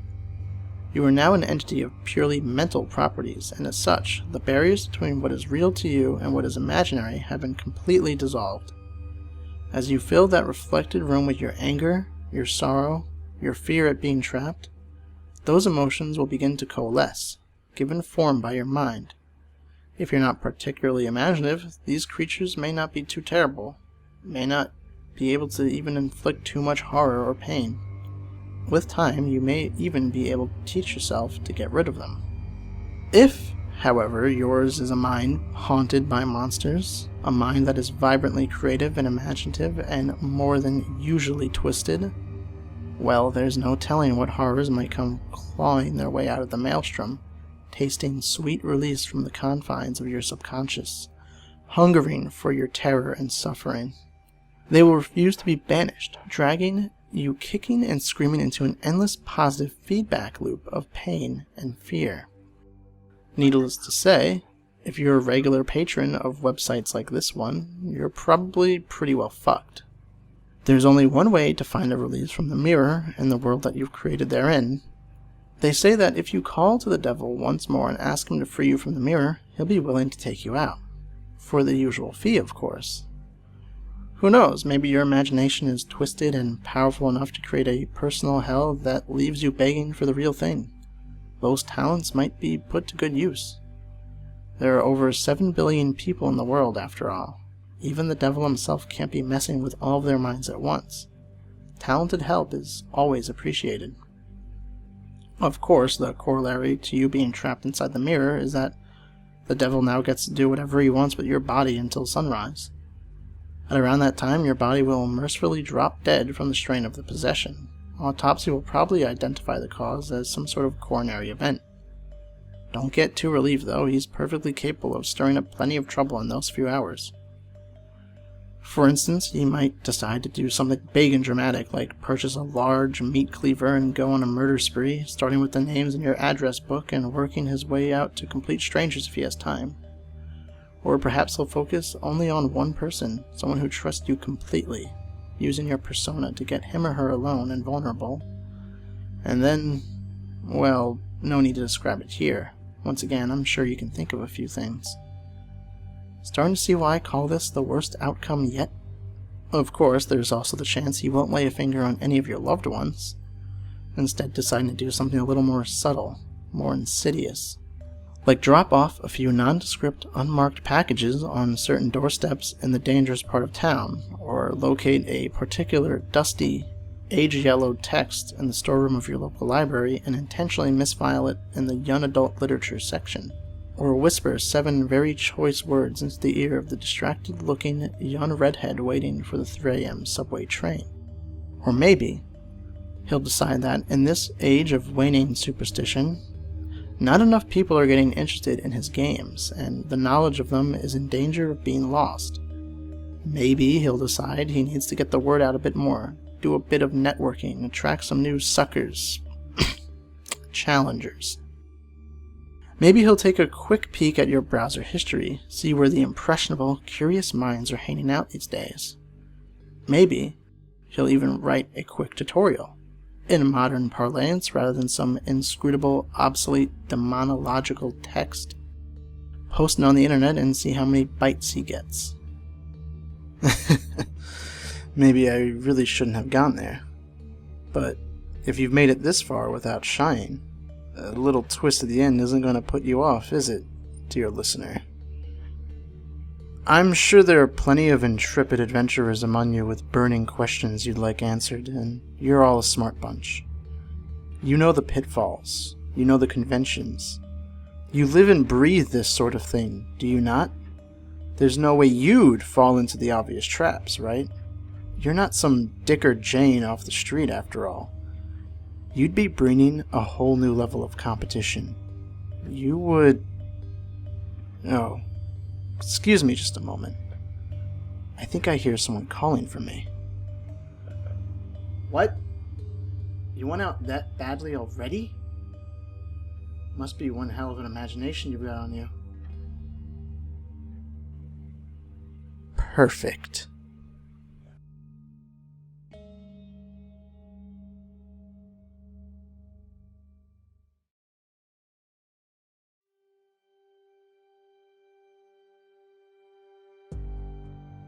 Okay, X, or whatever creepy board this makes its way onto, I put this here because I thought it'd get to the most people to whom it was relevant. If you're one of those who are inherently drawn to horror, you're in real danger. I don't know what it is exactly, I don't pretend to know everything that's going on, and in fact, I myself used to be drawn to the more realistic, non-supernatural creepypastas. But, well, let me explain. About a year ago, I was up at 3 in the morning. You know, that part of the night where you're so deep into it, it feels like it will never end? Anyway, I was clicking around looking for a good creepypasta I hadn't read before. Really getting myself freaked out. You know the feeling, I'm sure. You like the feeling. And that's the problem.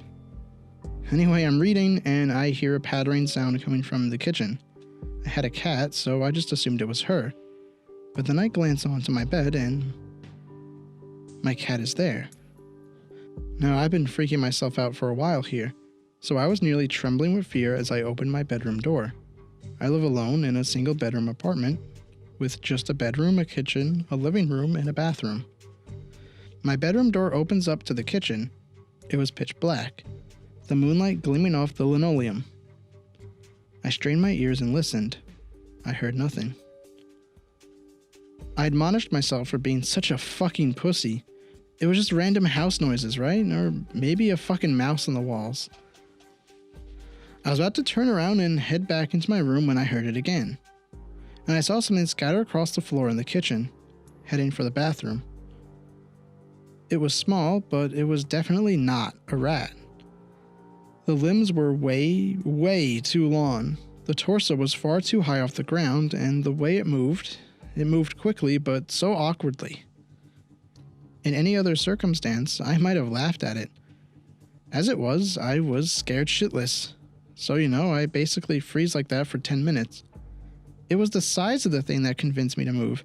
No matter how weird or fucked up it was so much smaller than me. It couldn't have been that dangerous, right? So I pop open the bathroom door, and before I turn on the light, I do a quick scan. Nothing.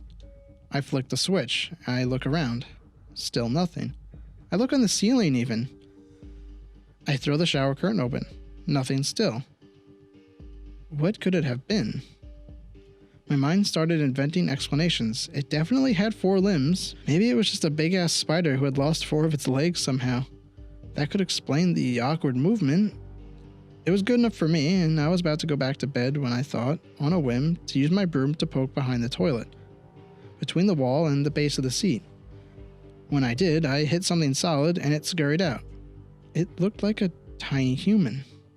It was pale white, pale as a maggot with dirty gray streaks running along its skin.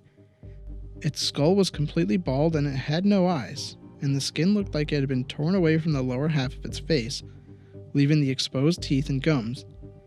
It looked up at me, well, pointed its face in my general direction anyway, and then scurried, quick as fuck, up the side of the bath and down into the drain. It moved in quick bursts like a spider, and climbed straight up smooth surfaces like one too. After it disappeared down the drain, I just stood there, frozen, broom handle still in my hand, for a good 5 minutes. I was scared shitless. I slowly backed out of the bathroom and closed the door, and then stuffed a blanket in the crack between the floor and the door, fearing that it might come out. Then I sat in my bed and wondered what I could do. I mean, it wasn't like I could call the police or even tell any of my friends. It's not like they'd believe me. So what did I do? I made a thread on X. This was quite a while ago, almost a year. You might even remember it. It wasn't anything special, and it didn't even get that many responses before falling off the boards. I guess people thought I was just joking, which really I would have thought the same thing. My thread in retrospect sounds exactly like the type of threads I hate. But besides all the OP is a fag and sage responses, there was one other one. I've seen them too, man. Email me. Along with an email address that I'm not going to give out here. So I email this kid, right? Right away he responds and we start up a conversation in IRC. He introduces himself as John and basically tells me a very similar story. One night a few months ago, reading Creepypasta, he heard a noise, got up and saw a small pale man. His was a bit bigger. He said it was about the size of a cat, but he also told me one other thing. That I'd be seeing more of them. He said that ever since he saw his first one, he's been seeing more and more of them. Out everywhere, even in the street, during the day, they were everywhere. He said once you notice the first one, it gets a lot easier to see the other ones. He had no idea what they were, and he hadn't even figured out their behavior yet.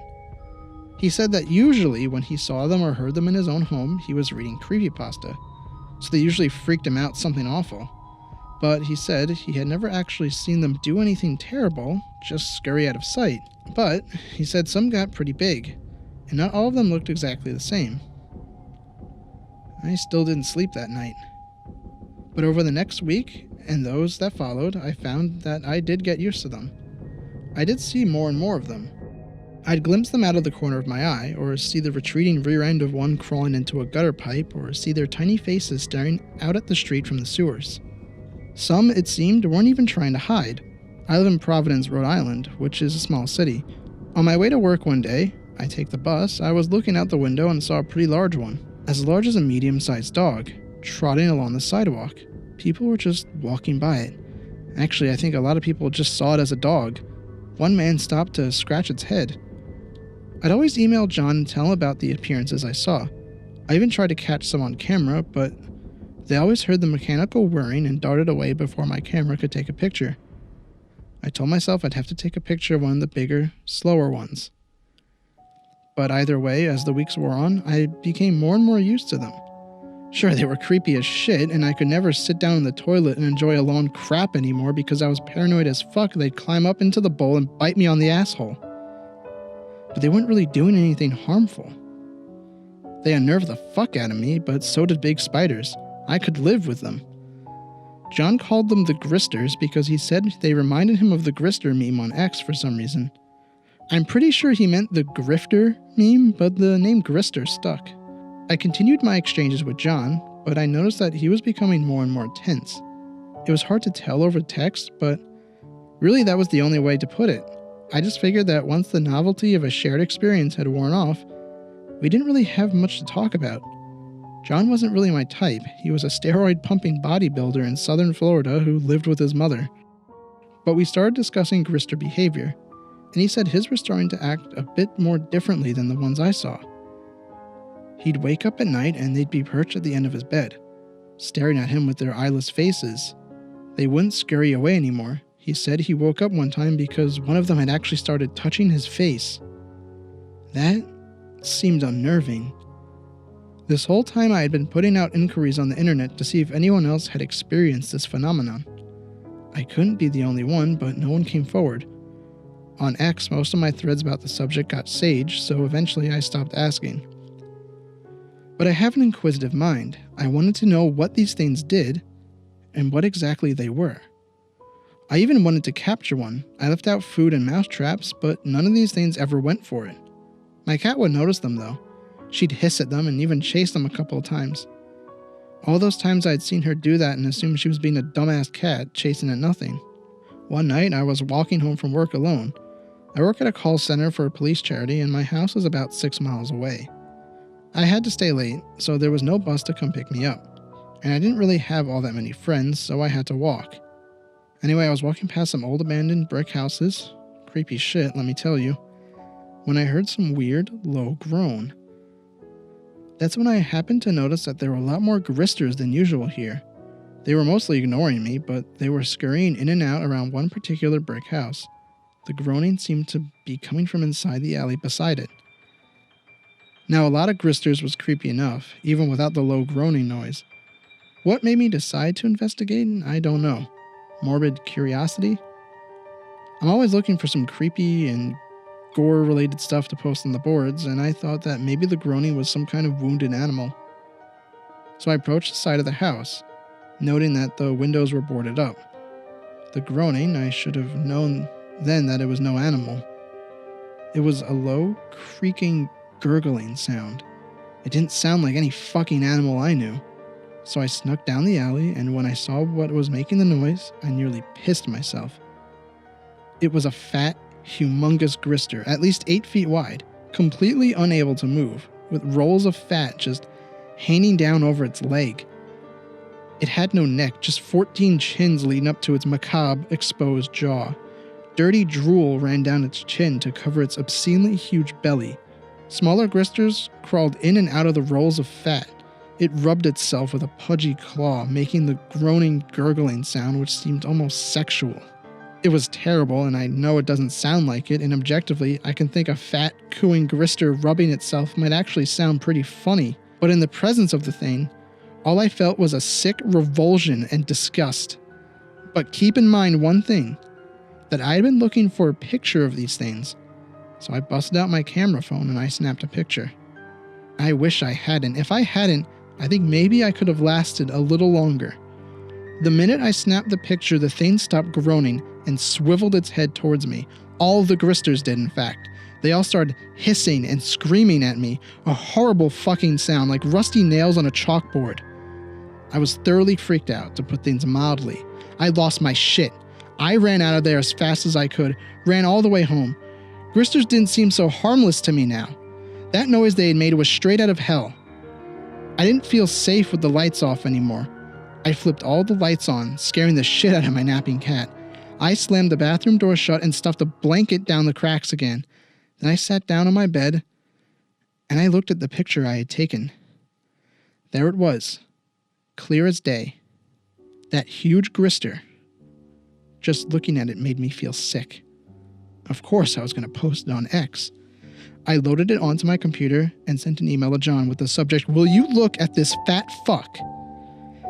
Then I immediately came to X and began typing up in my thread, explaining myself, explaining the Gristers, explaining the photograph. I was just getting ready to post when John sent me a message.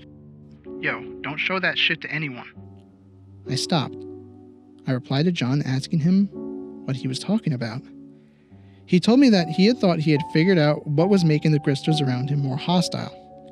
He said that he thought that when they figured out that you could see them, they started getting more aggressive. He showed me scratches he had all down his arm from them clawing at him at night. He said that he'd seen a lot more of the bigger ones hanging around his house at night. They watched him through his windows. They knew. They knew he could see them, and they didn't like it. And now I was pretty sure they knew I could see them too. So what did I do? In the end, I didn't post a picture. I wasn't too intimidated, but I probably saved a lot of you. I didn't want to trigger anyone else into being able to see these guys if it had dangerous consequences down the road. I didn't notice any behavioral change right away. For a while, in fact. For about 2 weeks, the Gristers acted just the same way they had before. I was beginning to think that John's problem was his own thing, and that the Gristers didn't know or didn't care that I could see them. And then things started happening so fast. I woke up one night and I found that there were 4 of them just perched around my bed, staring at me. I freaked the fuck out and I swept them away, and they just hissed that terrible noise at me and ran away. I emailed this to John, who I hadn't talked to otherwise. He didn't respond. We hadn't talked since I told him about the picture, and even rarely before then. After 2 days, during which the Gristers began touching me in my sleep, I got an answer. John was dead. His brother had the password to his email, and he was letting all of his internet acquaintances know. He had committed suicide. Sliced open his wrist in the bathtub. John didn't seem like the type to commit suicide to me. Had things with the Gristers really gotten that bad that they drove him to that? We didn't really know each other very well, but he hadn't mentioned anything to me.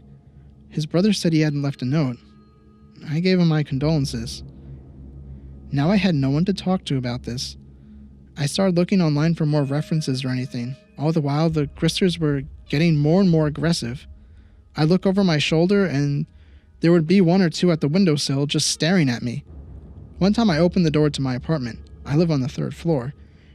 And there was one about the size of a large dog staggering around the bottom of the stairwell, pale face flashing in and out of the darkness, baring its teeth in a growl at me. Pale limbs flashing as it bounded up the stairs. I slammed the door shut. I didn't go to work that day. Then I saw it on the news. The house that I had seen the fat-ass Grister at. I would have skipped right past the news story had I not seen the picture of the house. The article was titled, 8 Found Dead, 3 Alive in Rape Dungeon Raid.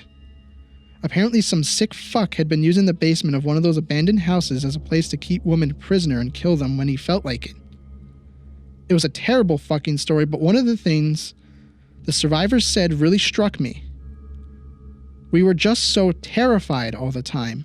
We never knew when he was going to come in and decide to kill one of us, when he was going to really hurt us while raping us. We were just so terrified all the time. Terrified all the time, and Gristers had been all over the place.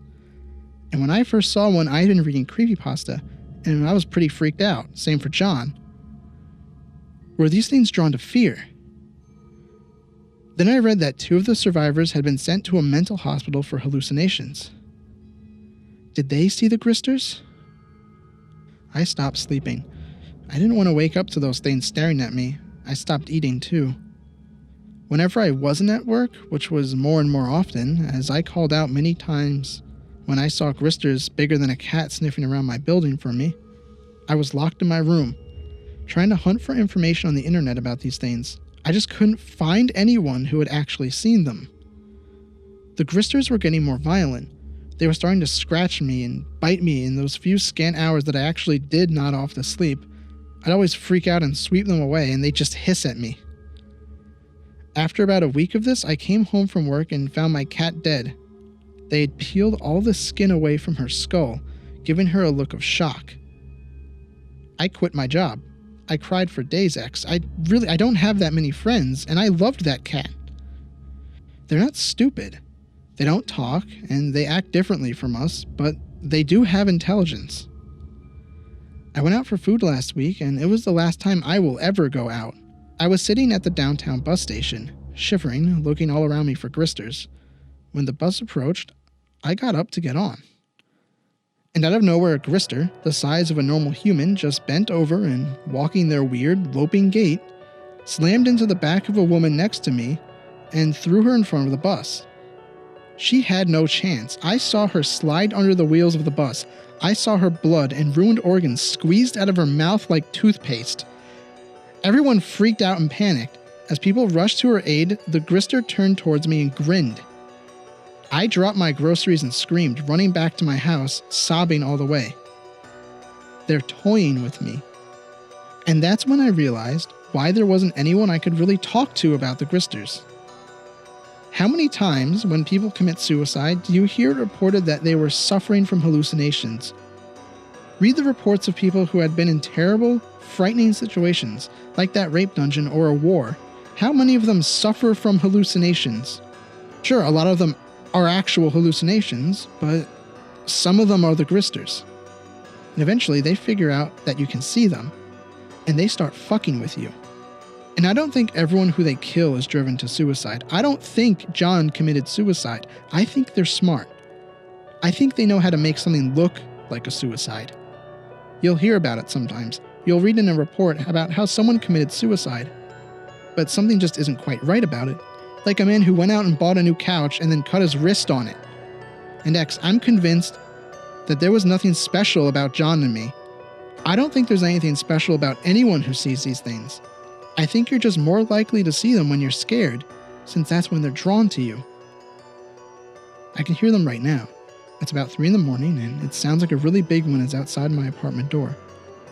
It sounds like it's trying to gnaw its way through the wood, and I'm taking the easy way out. I'd rather have a nice, sharp knife slice my arms open than have my skin torn by those teeth. So please, this is my warning to you. Stop reading creepypasta. I know you love it. I know you love frightening yourself, but you've got to stop. Every time you read it, every time you get that feeling of dread in your stomach, you're drawing the Gristers to you. And if you don't stop reading, at least please, never check out those sounds in the house when you do.